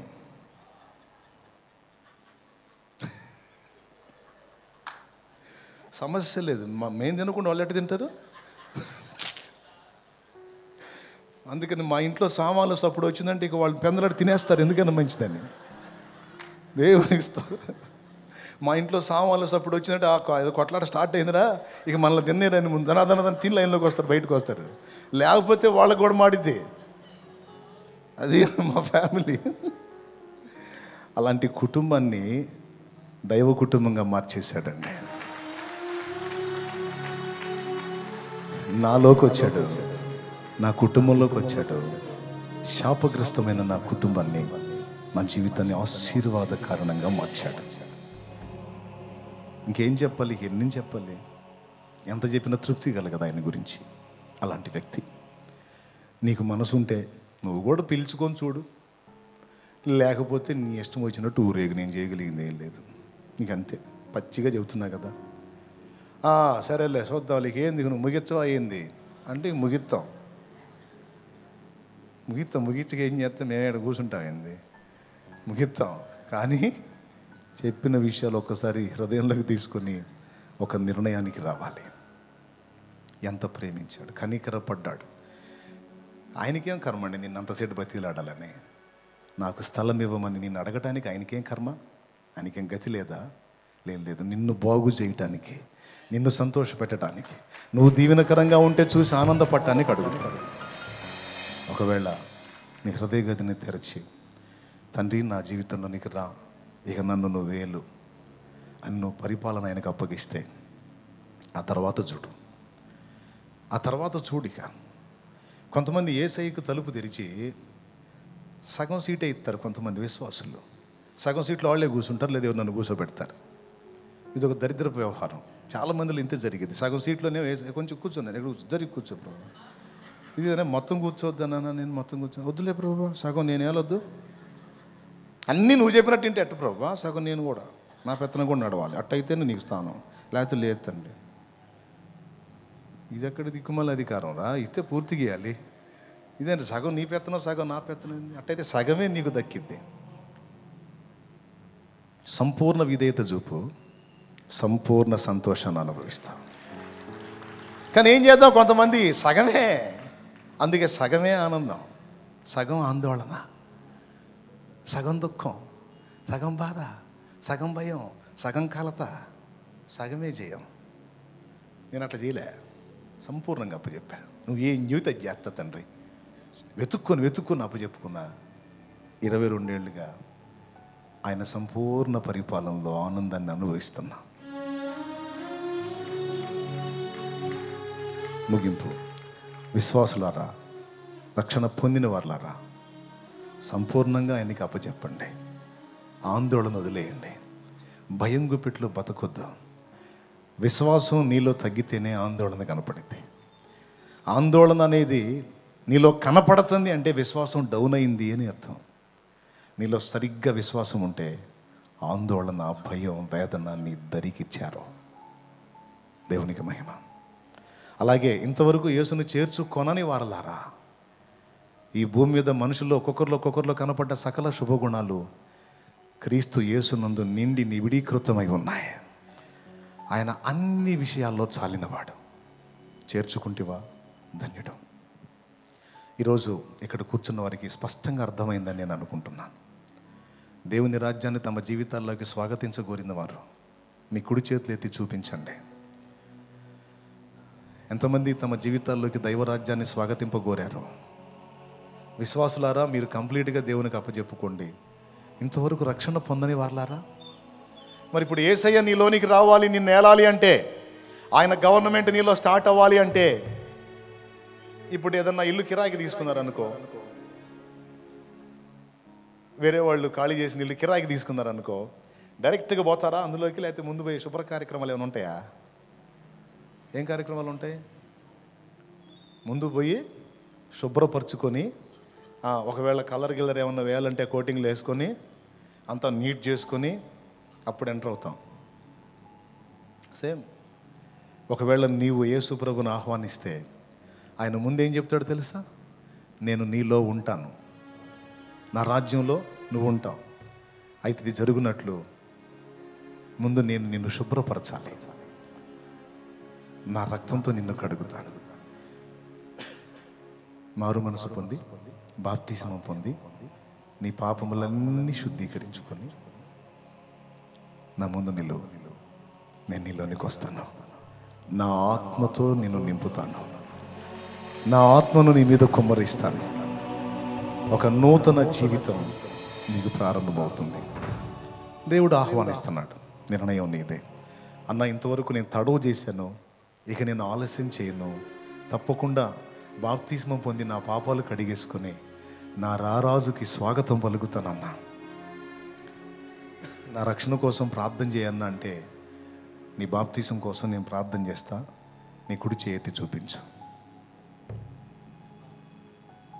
సంతోషంగా స్వాగతించాలనుకుంటే అంతే. చేతులు ఎత్తిన వాళ్ళు అలాగే లేచి నిలబడండి. ప్రార్థన చేస్తాను మీకోసం. ఈ రాత్రి నీ జీవితాన్ని నా ప్రభు చేతికి అప్పగింపగోరితే, ఆయన పరిపాలన కిందికి నీవు రాగోరితే, ఇదే టైం, ఇదే పిలుపు, ఇదే అవకాశం. ఇలాగే నాకు వచ్చింది పిలుపు. 2002లో నైట్ టైం తీర్మానం చేసుకున్నా. పగటి వేళ బాప్తిస్మాలు అన్నారు. ఆ బాప్తిస్మాలకి సిద్ధపడి వచ్చా. నన్ను బాప్తిసం పొందకుండా చేయడానికి ఇంతకుముందు మాజీ రాజు ఉన్నాడుగా, దరిద్రుడు. ఎవరోడు? నన్ను గందరగోళం చేసినాడు, సైతాను. యేసు ప్రభు నా జీవితంలోకి ఆహ్వానించడానికి నేను సిద్ధపడుతుంటే వాడు అడ్డు తగులుతున్నాడు. 60 సంవత్సరాల ముసలం వచ్చింది. నేను బాప్తిస్మానికి పోతుంటే, యాడికి వెళ్తానా అందే. చర్చి కన్నా. ఇప్పుడు ఎందుకు అందే. ఇప్పుడే పోతున్నాను, నాకెందుకు చెప్పాలి అని. కోటాలు సాయంత్రంగా అందే. నాకు ఇప్పుడు పోవాలనిపిస్తుంది, నేను పోతున్నానా. అటగాలిది చెప్పు అంది. 60 పైనే ఉంటా. అటగాలిది చెప్పు అంది. బాప్తిసం పొందామని పోతున్నా అన్న. బాప్తిసం అసలు నీ వయసు ఎంత? నాకు 60, నేనే పొందలా. ఎంత అంట? నాకు 60, నేనే పొందలా. నువ్వు ఎట్ట పొందుతా? తెలిసి తెలియకుండా పొంది మొన్న ఆ కాలనీలో అబ్బాయి చచ్చిపోయాడంట అంది. ఇక నా గుండె జారిపోయింది. ఎవరు నాయన, ఇది ఎక్కడ డేంజర్ రా బాబా.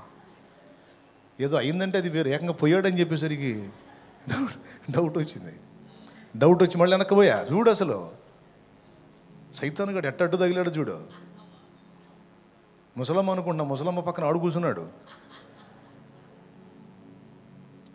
ఇంటికి పోయి 12 వాళ్ళు బాప్తిసం ఇస్తామని పిలిస్తే నేను 2 దాకా ఆలోచిస్తా కూర్చున్నా.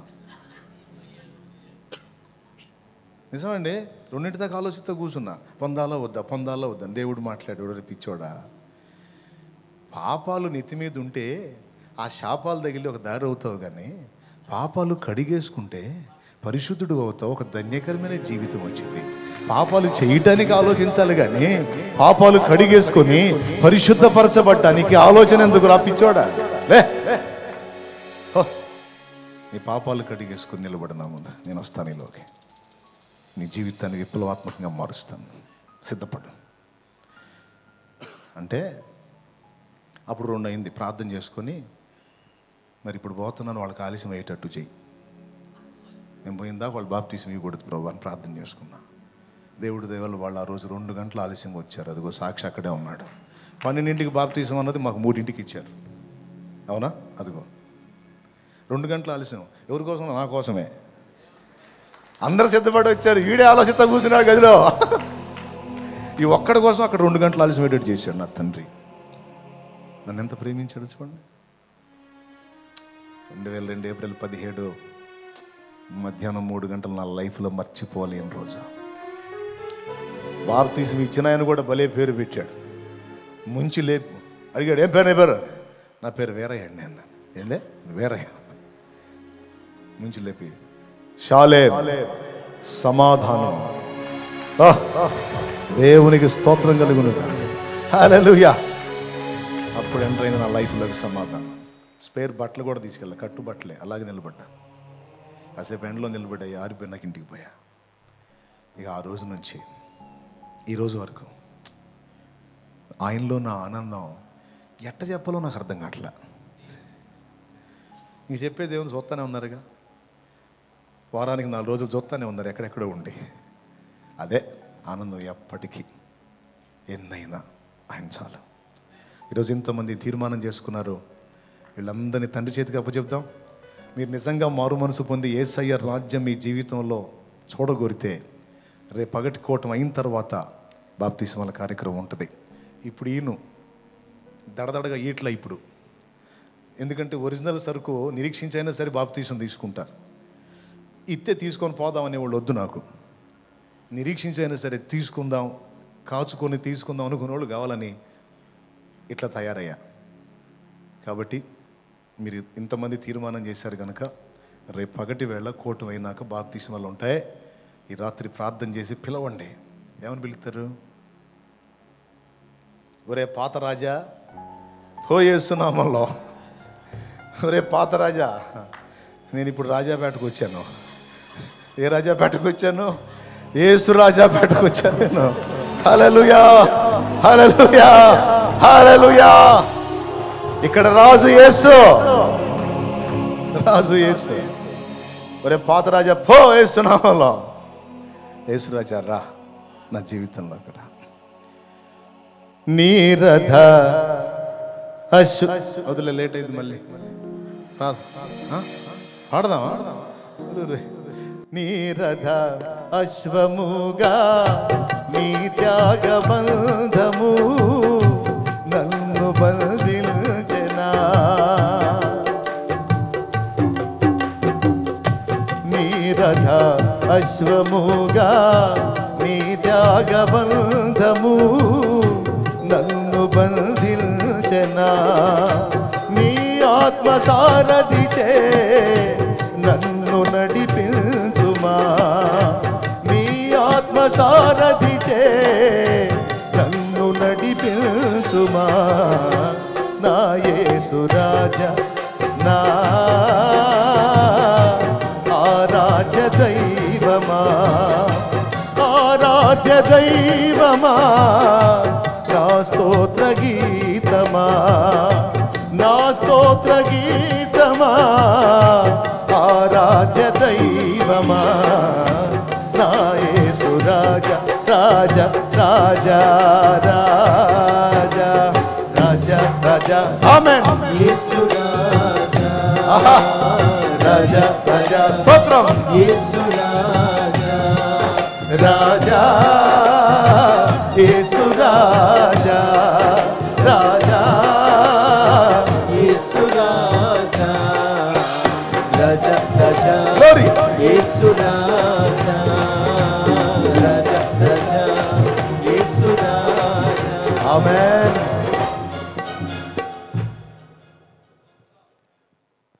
విశ్వాసులారా, ఇప్పటికే రక్షింపబడ్డ వాళ్ళారా, సగం గవర్నమెంట్ రద్దు చేసి సంపూర్ణ గవర్నమెంట్ వేసేయండి. సేవకులారా, దైవజనులారా, విచిత్రం చెప్పనా?